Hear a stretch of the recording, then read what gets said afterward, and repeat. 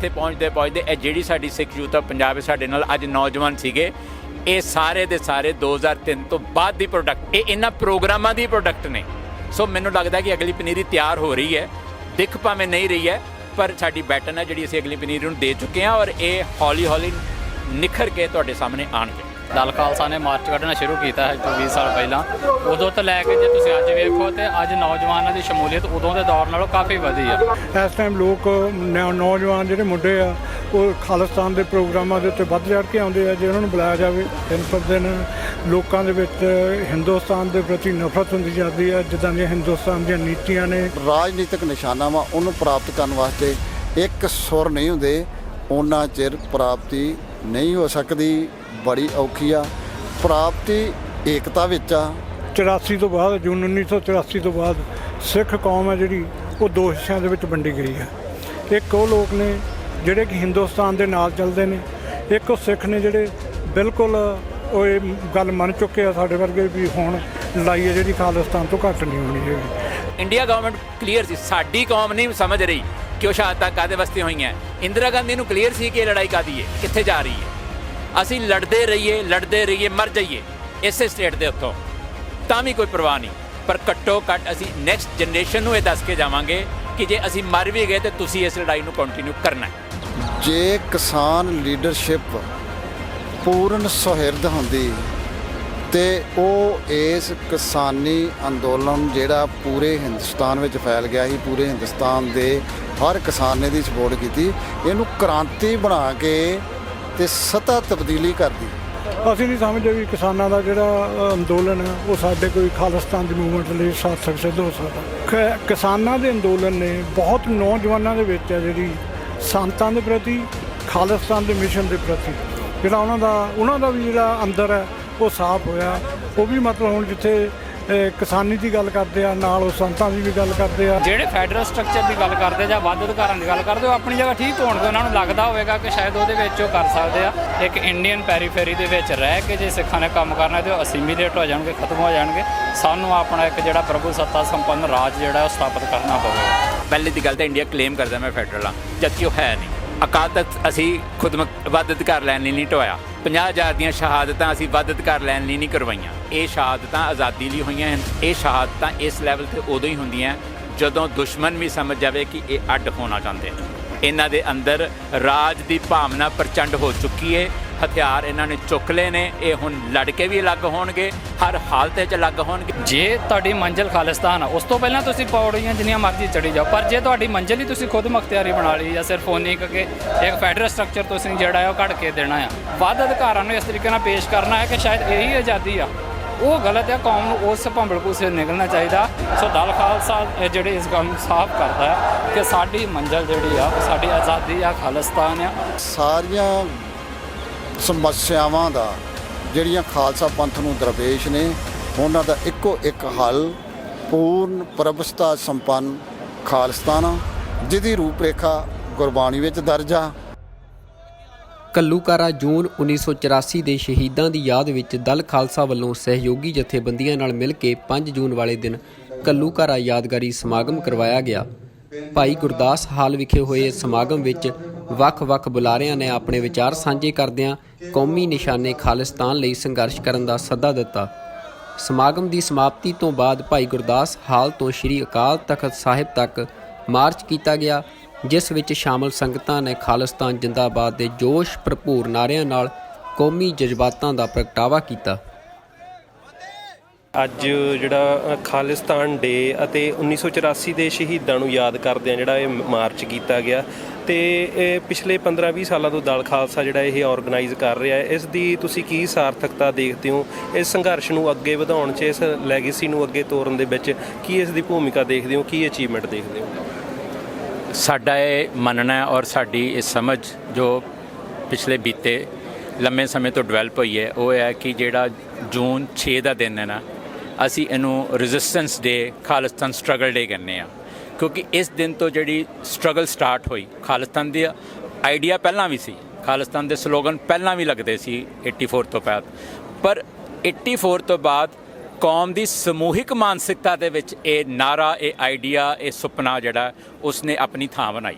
ਪਹਿਲਾਂ ਕੁਝ ਚੰਦ ਜਥੇਬੰਦੀਆਂ ਸੀ ਜਿਹੜੀਆਂ ਇਸ ਆਈਡੀਆ ਨੂੰ ਪ੍ਰਮੋਟ ਕਰ ਰਹੀਆਂ ਸੀ, ਪਰ 84 ਤੋਂ ਬਾਅਦ ਸਮੂਹਿਕ ਚੇਤਨਤਾ ਦੇ ਵਿੱਚ ਇਹ ਕੌਮ ਦੀ ਚੇਤਨਤਾ ਦੇ ਵਿੱਚ ਇਹ ਹਿੱਸਾ ਬਣਿਆ, ਇਹਨੇ ਆਪਣੀ ਇੱਕ ਥਾਂ ਬਣਾਈ।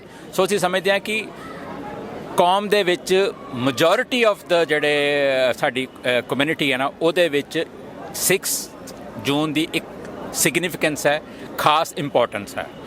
ਉਸ ਦਿਨ ਇੱਕ ਇੰਡੀਅਨ ਗਵਰਨਮੈਂਟ ਨੇ ਅਟੈਕ ਕੀਤਾ। ਅਸੀਂ ਆਪਣਾ ਰਵਾਇਤ ਨੂੰ ਕਾਇਮ ਰੱਖਦੇ ਹੋਏ, ਸ਼ਾਨਾਮਤੀ ਜਿਹੜੀ ਸਾਡੀ ਰਵਾਇਤ ਉਹਨੂੰ ਕਾਇਮ ਰੱਖਦੇ ਹੋਏ ਅਸੀਂ ਲੜਦਿਆਂ ਸ਼ਹਾਦਤਾਂ ਪਾਈਆਂ, ਗਵਰਨਮੈਂਟ ਨੂੰ ਲੈਸਨ ਦਿੱਤਾ। ਉਸ ਤੋਂ ਬਾਅਦ ਇੱਕ ਸਟਰਗਲ ਸਟਾਰਟ ਹੋਈ। ਸੰਤ ਜਰਨੈਲ ਸਿੰਘ ਦੇ ਜਿਹੜੇ ਲਾਸਟ ਵਰਡ ਸੀਗੇ ਕਿ ਜਿਸ ਦਿਨ ਅਟੈਕ ਹੋਏਗਾ ਉਸ ਦਿਨ ਖਾਲਿਸਤਾਨ ਦੀ ਨੀਂਹ ਰੱਖੀ ਜਾਏਗੀ। ਉਹਨਾਂ ਨੇ ਬਹੁਤ ਵਾਰੀ ਇਹ ਗੱਲਾਂ ਕੀਤੀਆਂ, ਬਹੁਤ ਵਾਰੀ ਉਹਨਾਂ ਨੇ ਇਹ ਵੀ ਕਿਹਾ ਮੰਜੀ ਸਾਹਿਬ ਦੀਵਾਨ ਹਾਲ ਬੋਲਦਿਆਂ ਕਿ ਹੁਣ ਜਿਸ ਦਿਨ ਦਰਬਾਰ ਸਾਹਿਬ ਤੇ ਪੁਲਿਸ ਆਈ ਉਸ ਦਿਨ ਖਾਲਿਸਤਾਨ ਬਣਿਆ ਹੀ ਲੋ। ਸੋ ਬਹੁਤ ਅਲੱਗ-ਅਲੱਗ ਤਰੀਕਿਆਂ ਦੇ ਨਾਲ ਬਹੁਤ ਸਾਰੇ ਲੋਕ ਇਹ ਕਹਿੰਦੇ ਨੇ ਕਿ ਇਹ ਰਿਐਕਸ਼ਨਰੀ ਉਹਨਾਂ ਦੇ ਸਟੇਟਮੈਂਟ ਸੀਗੀਆਂ, ਪਰ ਰਿਐਕਸ਼ਨਰੀ ਸਟੇਟਮੈਂਟ ਵੀ ਤੇ ਅੰਦਰੋਂ ਆਉਂਦੀਆਂ ਨੇ, ਦਿਲੋਂ ਆਉਂਦੀਆਂ ਨੇ। ਤੇ ਜਦੋਂ ਇੱਕ ਇਨਸਾਨ ਸ਼ਹੀਦ ਹੋ ਜਾਂਦਾ ਫਿਰ ਉਹਦੇ ਜਿਹੜੇ ਲਾਸਟ ਵਰਡਸ ਹੁੰਦੇ ਨੇ ਨਾ, ਉਹ ਕਰੂਸ਼ਲ ਹੁੰਦੇ ਨੇ, ਇੰਪੋਰਟੈਂਟ ਹੁੰਦੇ ਨੇ। ਉਹ ਤੁਹਾਨੂੰ ਮਾਰਗਦਰਸ਼ਕ ਤੁਹਾਡੇ ਲਈ ਬਣਦੇ ਨੇ। ਸੋ ਸਾਡੇ ਯੂਥ ਲਈ, ਅਸੀਂ ਵੀ ਜਿਹੜੇ ਸੀ, ਅਸੀਂ ਉਸ ਵੇਲੇ ਕਾਲਜਿਸ ਦੇ ਵਿੱਚ ਪੜ੍ਹਦੇ ਸੀ, ਸਾਡੇ ਲਈ ਵੀ ਉਹ ਜਿਹੜੇ ਵਰਡ ਸੀਗੇ ਉਹ ਮਾਰਗਦਰਸ਼ਕ ਬਣੇ। ਉੱਥੋਂ ਹੀ ਅਸੀਂ ਪ੍ਰੇਰਨਾ ਲੈ ਕੇ ਇਹਨਾਂ ਰਾਹਾਂ ਤੇ ਤੁਰੇ ਹਾਂ। ਔਰ ਪਿਛਲੇ 37 ਸਾਲ ਤੋਂ ਮੇਰੀ ਵੀ ਜਿਹੜੀ ਸਟਰਗਲ ਦੀ ਲਾਈਫ ਹੈ ਉਹ 37 ਸਾਲ ਹੋ ਗਈ ਹੈ। ਸੋ ਅਸੀਂ ਸਮਝਦੇ ਹਾਂ ਕਿ ਪਿਛਲੇ 15-20 ਸਾਲ ਤੋਂ ਜਿਸ ਤਰ੍ਹਾਂ ਮੈਂ ਉਸ ਸਮੇਂ ਦਾ ਨੌਜਵਾਨ ਹਾਂ, ਅਤੇ ਮੈਨੂੰ ਉਦੋਂ ਸਭ ਕੁਝ ਦੇਖ ਕੇ ਮੈਂ ਢੱਠਿਆ ਅਕਾਲ ਤਖਤ ਵੀ ਦੇਖਿਆ ਸੀ। ਜਦੋਂ ਅਕਾਲ ਤਖਤ ਢੱਠਿਆ ਸੀ ਮੈਂ ਥੋੜ੍ਹੇ ਦਿਨਾਂ ਬਾਅਦ ਹੀ ਆਇਆ ਸੀ ਅਤੇ ਬਹੁਤ ਔਖਾ ਸੀ। ਉਦੋਂ ਥੋੜ੍ਹੇ ਟਾਈਮ ਲਈ ਅੰਦਰ ਜਾਣ ਦਿੱਤਾ ਜਾਂਦਾ ਸੀ। ਅਸੀਂ ਜਦੋਂ ਗਏ ਅਤੇ ਇਹਨਾਂ ਨੇ ਪਹਿਲਾਂ ਤਾਂ ਇਹਨਾਂ ਨੇ ਪਰਦੇ ਲਾਏ ਸੀ, ਪਰ ਜਿਹੜੀ ਪਹਿਲੀ ਸੰਗਤ ਸੀ ਉਹਨੇ ਪਰਦੇ ਖਿੱਚ ਦਿੱਤੇ ਸੀ। ਪਰ ਜਦੋਂ ਅਸੀਂ ਗਏ ਹਾਂ ਪਰਦਾ ਨਹੀਂ ਸੀ ਹੈਗਾ। ਅਸੀਂ ਖੁਦ ਅਕਾਲ ਤਖਤ ਢੱਠਿਆ ਦੇਖਿਆ। ਜੋ ਅਸੀਂ ਇੱਥੇ ਹਾਲਾਤ ਦੇਖੇ ਉਸਨੇ ਸਾਡਾ ਜੀਵਨ ਬਦਲਿਆ। ਸੋ ਅਸੀਂ ਸਮਝਦੇ ਹਾਂ ਕਿ ਜਦੋਂ ਅਸੀਂ 15-20 ਸਾਲ ਤੋਂ, ਜਿਹਦੀ ਤੁਸੀਂ ਲੀਗੈਸੀ ਦੀ ਗੱਲ ਕੀਤੀ, ਅਸੀਂ 15-20 ਸਾਲ ਤੋਂ ਜਦੋਂ ਇੱਕ ਘੱਲੂਘਾਰਾ ਮਾਰਚ ਕਰਦੇ ਹਾਂ, ਤਸਵੀਰਾਂ ਪਕੜਦੇ ਹਾਂ, ਅਸੀਂ ਬੋਲਦੇ ਹਾਂ, ਕੁਝ ਦੱਸਦੇ ਹਾਂ, ਅਤੇ ਅੱਜ ਦਾ ਯੂਥ ਉਹਦੇ ਤੋਂ ਪ੍ਰੇਰਨਾ ਲੈਂਦਾ। ਉਹਨੂੰ ਪਤਾ ਲੱਗਦਾ ਕਿ ਕਿੰਨੀ ਬਰੂਟਲ ਸੀ ਇੰਡੀਅਨ ਸਟੇਟ, ਕਿੰਨੀ ਮਰਸੀਲੈਸ ਸੀ ਇੰਡੀਅਨ ਸਟੇਟ, ਅਤੇ ਕਿੰਨੇ ਬਹਾਦਰ ਸੀ ਸਾਡੇ ਨਾਇਕ, ਕਿੰਨੇ ਬਹਾਦਰ ਸੀ ਸਾਡੇ ਸੰਤ ਜਰਨੈਲ ਸਿੰਘ, ਜਨਰਲ ਸੁਬੇਗ ਸਿੰਘ। ਤੁਸੀਂ ਦੇਖੋ ਸੰਤ ਜਰਨੈਲ ਸਿੰਘ ਨੇ ਆਪਣੀ ਡਿਫੈਂਸ ਲਈ ਜਨਰਲ ਸੁਬੇਗ ਸਿੰਘ ਵਰਗਾ ਜਰਨਲ ਆਪਣੇ ਨਾਲ ਰੱਖਿਆ। ਇਹ ਉਹ ਜਰਨਲ ਹੈ ਜਿਨਨੇ ਇੱਕ ਦੇਸ਼ ਨੂੰ ਦੀ ਫਾਰਮੇਸ਼ਨ ਕੀਤੀ ਹੈ, ਬੰਗਲਾਦੇਸ਼ ਦੀ। ਸੋ ਐਡੇ ਵੱਡੇ ਜਰਨੈਲ ਨੂੰ, ਜਿਹੜਾ ਇੱਕ ਮੁਲਕ ਬਣਾਉਣ ਦੇ ਲਈ ਜਿਹੜਾ ਆਰਕੀਟੈਕਟ ਹੋਵੇ, ਉਹਨੂੰ ਆਪਣੀ ਡਿਫੈਂਸ ਲਈ, ਉਹਨੂੰ ਆਪਣੀ ਲੜਾਈ ਦਾ ਸਟ੍ਰੈਟੇਜਿਕ ਪਰਸਨ ਬਣਾਉਣਾ, ਇਹ ਸੰਤ ਜਰਨੈਲ ਸਿੰਘ ਦੀ ਸੂਝ-ਬੂਝ ਔਰ ਦੂਰ ਦ੍ਰਿਸ਼ਟੀ ਦਾ ਇੱਕ ਪ੍ਰਮਾਣ ਹੈ। ਸੋ ਇਸ ਤਰ੍ਹਾਂ ਦੇ ਜਰਨੈਲਾਂ ਨੇ ਜਿਹੜੀ ਲੜਾਈ ਲੜੀ ਹੋਵੇ, ਉਹ ਸਾਡੇ ਹੀਰੋਜ਼ ਹੋਣ। ਫਿਰ ਉਹ ਦੇਖੋ, ਉਹ ਕੁਛ ਛੱਡ ਕੇ ਗਏ ਨੇ, ਉਹ ਲੀਗੇਸੀ ਛੱਡ ਕੇ ਗਏ ਨੇ, ਉਹ ਕੁਝ ਸੁਪਨੇ ਅਧੂਰੇ ਛੱਡ ਕੇ ਗਏ ਨੇ ਜਿਹੜੇ ਅਸੀਂ ਪੂਰੇ ਕਰਨੇ ਨੇ। ਅਸੀਂ ਤਾਂ ਹੀ ਉਹਨਾਂ ਦੇ ਵਾਰਿਸ ਕਹਾਵਾਂਗੇ, ਸਿਰਫ ਗੱਲਾਂ ਕਰਨ ਨਾਲ ਨਹੀਂ, ਉਹਨਾਂ ਦੇ ਅੰਗ ਸੰਗ ਬੈਠਣ ਨਾਲ ਨਹੀਂ, ਉਹਨਾਂ ਦੀਆਂ ਫੋਟੋਆਂ ਤੇ ਟੀ-ਸ਼ਰਟਾਂ ਪਾਉਣ ਨਾਲ ਨਹੀਂ ਹੋਵਾਂਗੇ। ਅਸੀਂ ਉਹਨਾਂ ਦੇ ਵਾਰਿਸ ਤਾਂ ਕਹਾਵਾਂਗੇ ਜੇ ਅਸੀਂ ਉਹਨਾਂ ਦੇ ਸੁਪਨਿਆਂ ਨੂੰ ਸਾਕਾਰ ਕਰਾਂਗੇ। ਅਸੀਂ ਲੜਦੇ ਰਹੀਏ ਮਰ ਜਾਈਏ ਇਸੇ ਸਟੇਟ ਦੇ ਉੱਤੋਂ ਤਾਂ ਵੀ ਕੋਈ ਪਰਵਾਹ ਨਹੀਂ, ਪਰ ਘੱਟੋ ਘੱਟ ਅਸੀਂ ਨੈਕਸਟ ਜਨਰੇਸ਼ਨ ਨੂੰ ਇਹ ਦੱਸ ਕੇ ਜਾਵਾਂਗੇ ਕਿ ਜੇ ਅਸੀਂ ਮਰ ਵੀ ਗਏ ਤਾਂ ਤੁਸੀਂ ਇਸ ਲੜਾਈ ਨੂੰ ਕੰਟੀਨਿਊ ਕਰਨਾ ਹੈ। ਤੁਸੀਂ ਰਿਲੇ ਰੇਸ ਦੇਖੀ ਹੈ ਨਾ, ਉਹ ਪਿਛਲਾ ਜਿਹੜਾ ਐਥਲੀਟ ਆਉਂਦਾ ਉਹ ਬੈਟਨ ਅਗਲੇ ਨੂੰ ਦਿੰਦਾ। So we are doing same thing. ਅਸੀਂ ਆਪਣੀ ਜਿਹੜੀ ਬੈਟਨ ਹੈ, ਆਜ਼ਾਦੀ ਦੀ ਲੜਾਈ ਦੀ ਬੈਟਨ, ਉਹ ਨੈਕਸਟ ਜਨਰੇਸ਼ਨ ਨੂੰ ਦੇ ਕੇ ਜਾਣੀ ਹੈ। ਤੁਸੀਂ ਬੈਟਨ ਹੈ ਜਿਹੜੀ ਉਹ ਅਗਲੀ ਜਨਰੇਸ਼ਨ ਨੂੰ ਦੇਣ ਦੀ ਗੱਲ ਕੀਤੀ, ਅਗਲੀ ਪੀੜ੍ਹੀ ਨੂੰ ਆਪਣੀ ਲੈਗੇਸੀ ਸੌਂਪਣ ਦੀ ਗੱਲ ਕਰ ਰਹੇ ਹੋ। ਇਸ ਪਾਸੇ ਤੁਸੀਂ ਕੀ ਅਚੀਵਮੈਂਟ ਦੇਖਦੇ ਹੋ ਆਪਣੀ? ਬਹੁਤ ਅਚੀਵਮੈਂਟ ਦੇਖਦੇ ਹਾਂ ਜੀ।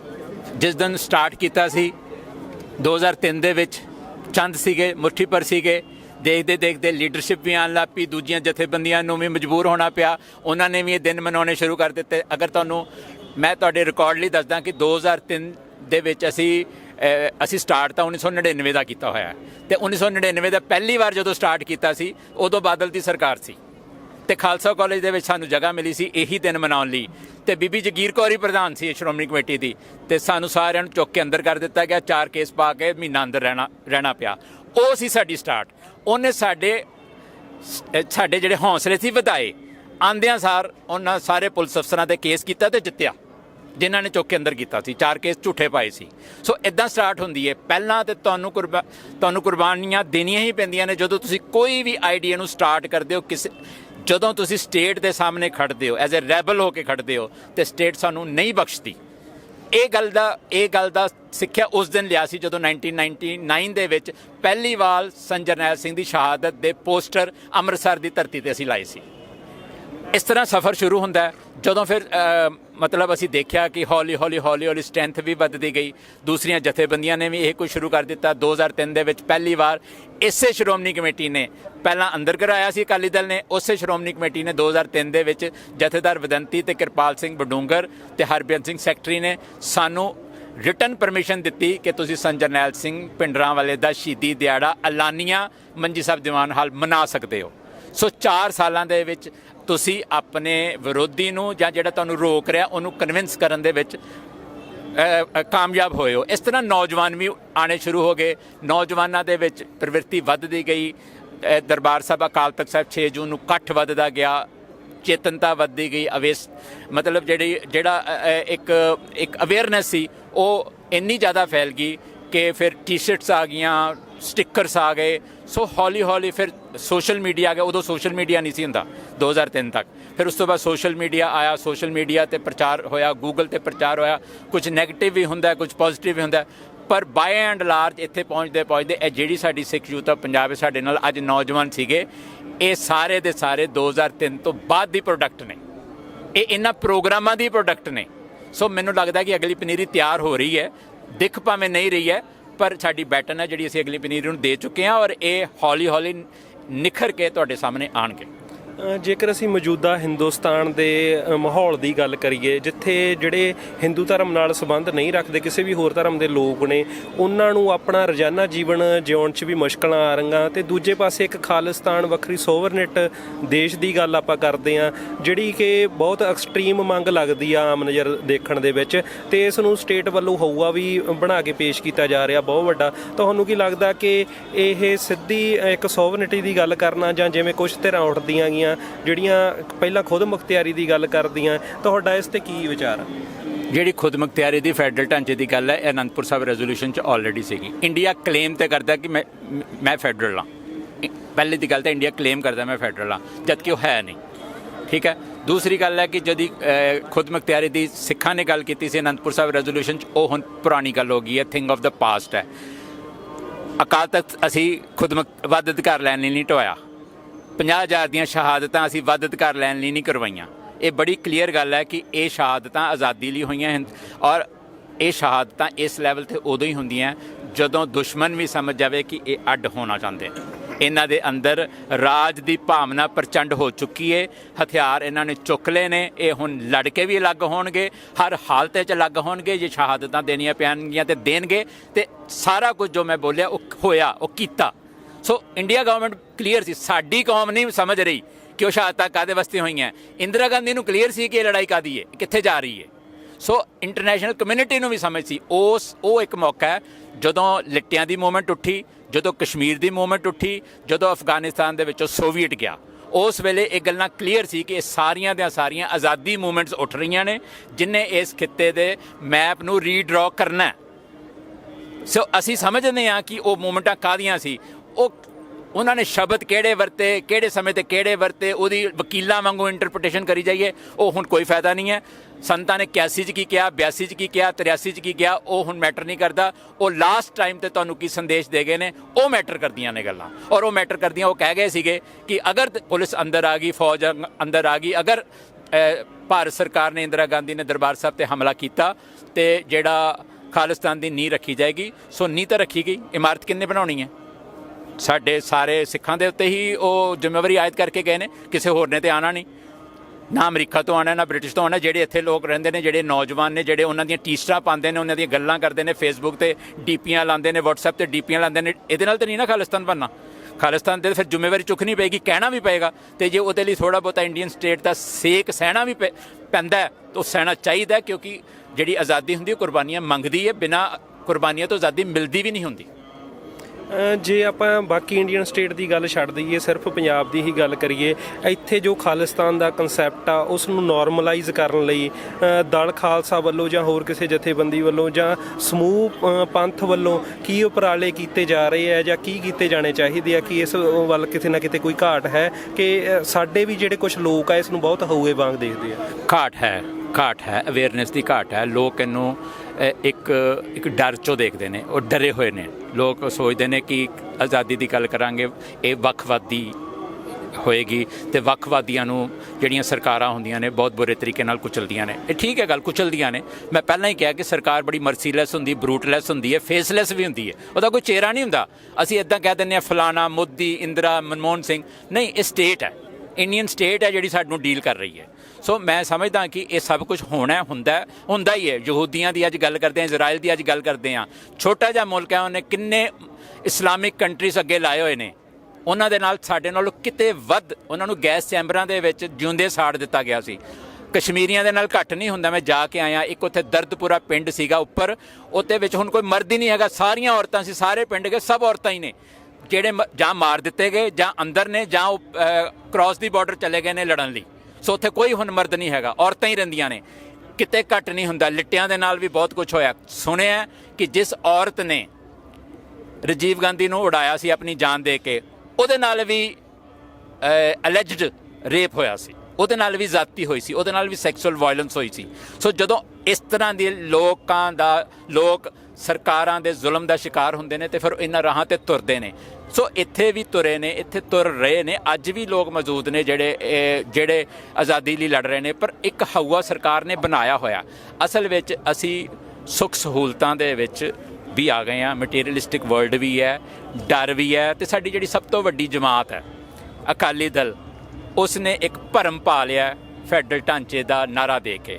ਬਹੁਤ ਨਵੇਂ ਇੱਕ ਨੌਜਵਾਨ ਹੁਣ ਹੋਰ ਵੀ ਉੱਠ ਰਹੇ ਨੇ ਜਿਨ੍ਹਾਂ ਨੂੰ ਇੱਕ ਪੋਲੀਟਿਕਸ ਦੀ ਚੇਟ ਲੱਗ ਰਹੀ ਹੈ। ਉਹ ਵੀ ਫੈਡਰਲਿਜ਼ਮ ਦੀ ਗੱਲ ਕਰੇ, ਕਿਉਂਕਿ ਸੌਖਾ ਹੈ ਨਾ ਨਾਅਰਾ ਲਾਣਾ।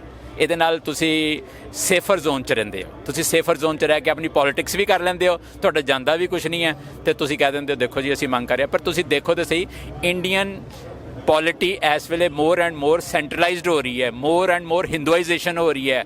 ਮੁਲਕ ਤਾਂ ਹਿੰਦੂ ਰਾਸ਼ਟਰ ਬਣਾਉਣ ਵਾਲੇ ਪਾਸੇ ਤੁਰਿਆ ਹੋਇਆ। ਉਹਨਾਂ ਨੇ ਤਾਂ ਕਸ਼ਮੀਰ ਜਿਨ੍ਹਾਂ ਨੂੰ ਵੱਧ ਅਧਿਕਾਰ ਮਿਲੇ ਸੀ ਉਹਨਾਂ ਦੇ ਖੋਹ ਲਏ ਨੇ, ਤੁਹਾਨੂੰ ਕੀ ਦੇਣਗੇ?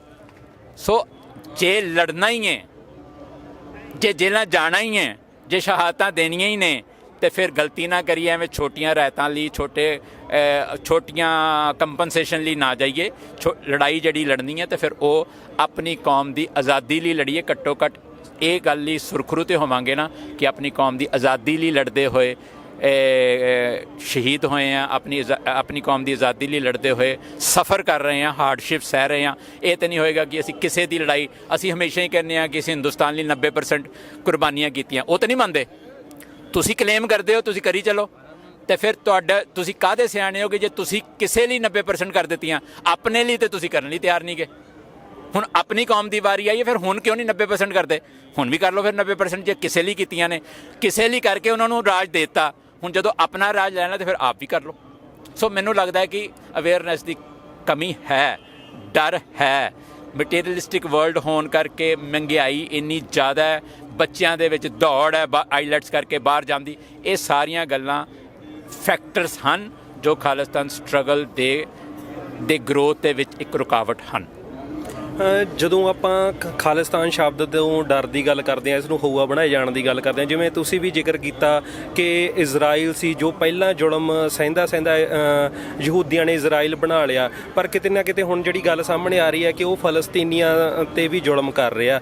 ਤਾਂ ਇੱਕ ਹਊਏ ਦੇ ਕਾਰਨ ਇਹ ਵੀ ਆ ਕਿ ਕੱਲ੍ਹ ਨੂੰ ਜਦੋਂ ਖਾਲਿਸਤਾਨ ਬਣ ਜਾਊਗਾ ਤਾਂ ਉਸ ਵਿੱਚ ਇੱਕ ਖਾਸ ਧਿਰ ਨੂੰ ਇਸ ਤਰ੍ਹਾਂ ਲੱਗਦਾ ਕਿ ਸਾਡੇ ਨਾਲ ਵੀ ਫਲਸਤੀਨੀਆਂ ਵਾਲਾ ਹਾਲ ਨਾ ਹੋਵੇ। ਜਦੋਂ ਸਿੱਖ ਰਾਜ ਸਥਾਪਿਤ ਹੋਊਗਾ, ਹੋਰ ਧਰਮਾਂ ਜਾਂ ਹੋਰ ਫਿਰਕਿਆਂ ਨਾਲ ਜੁੜੇ ਹੋਏ, ਇਹ ਕਿਵੇਂ ਵੱਖ ਹੋਊਗਾ ਇਜ਼ਰਾਈਲ ਤੋਂ?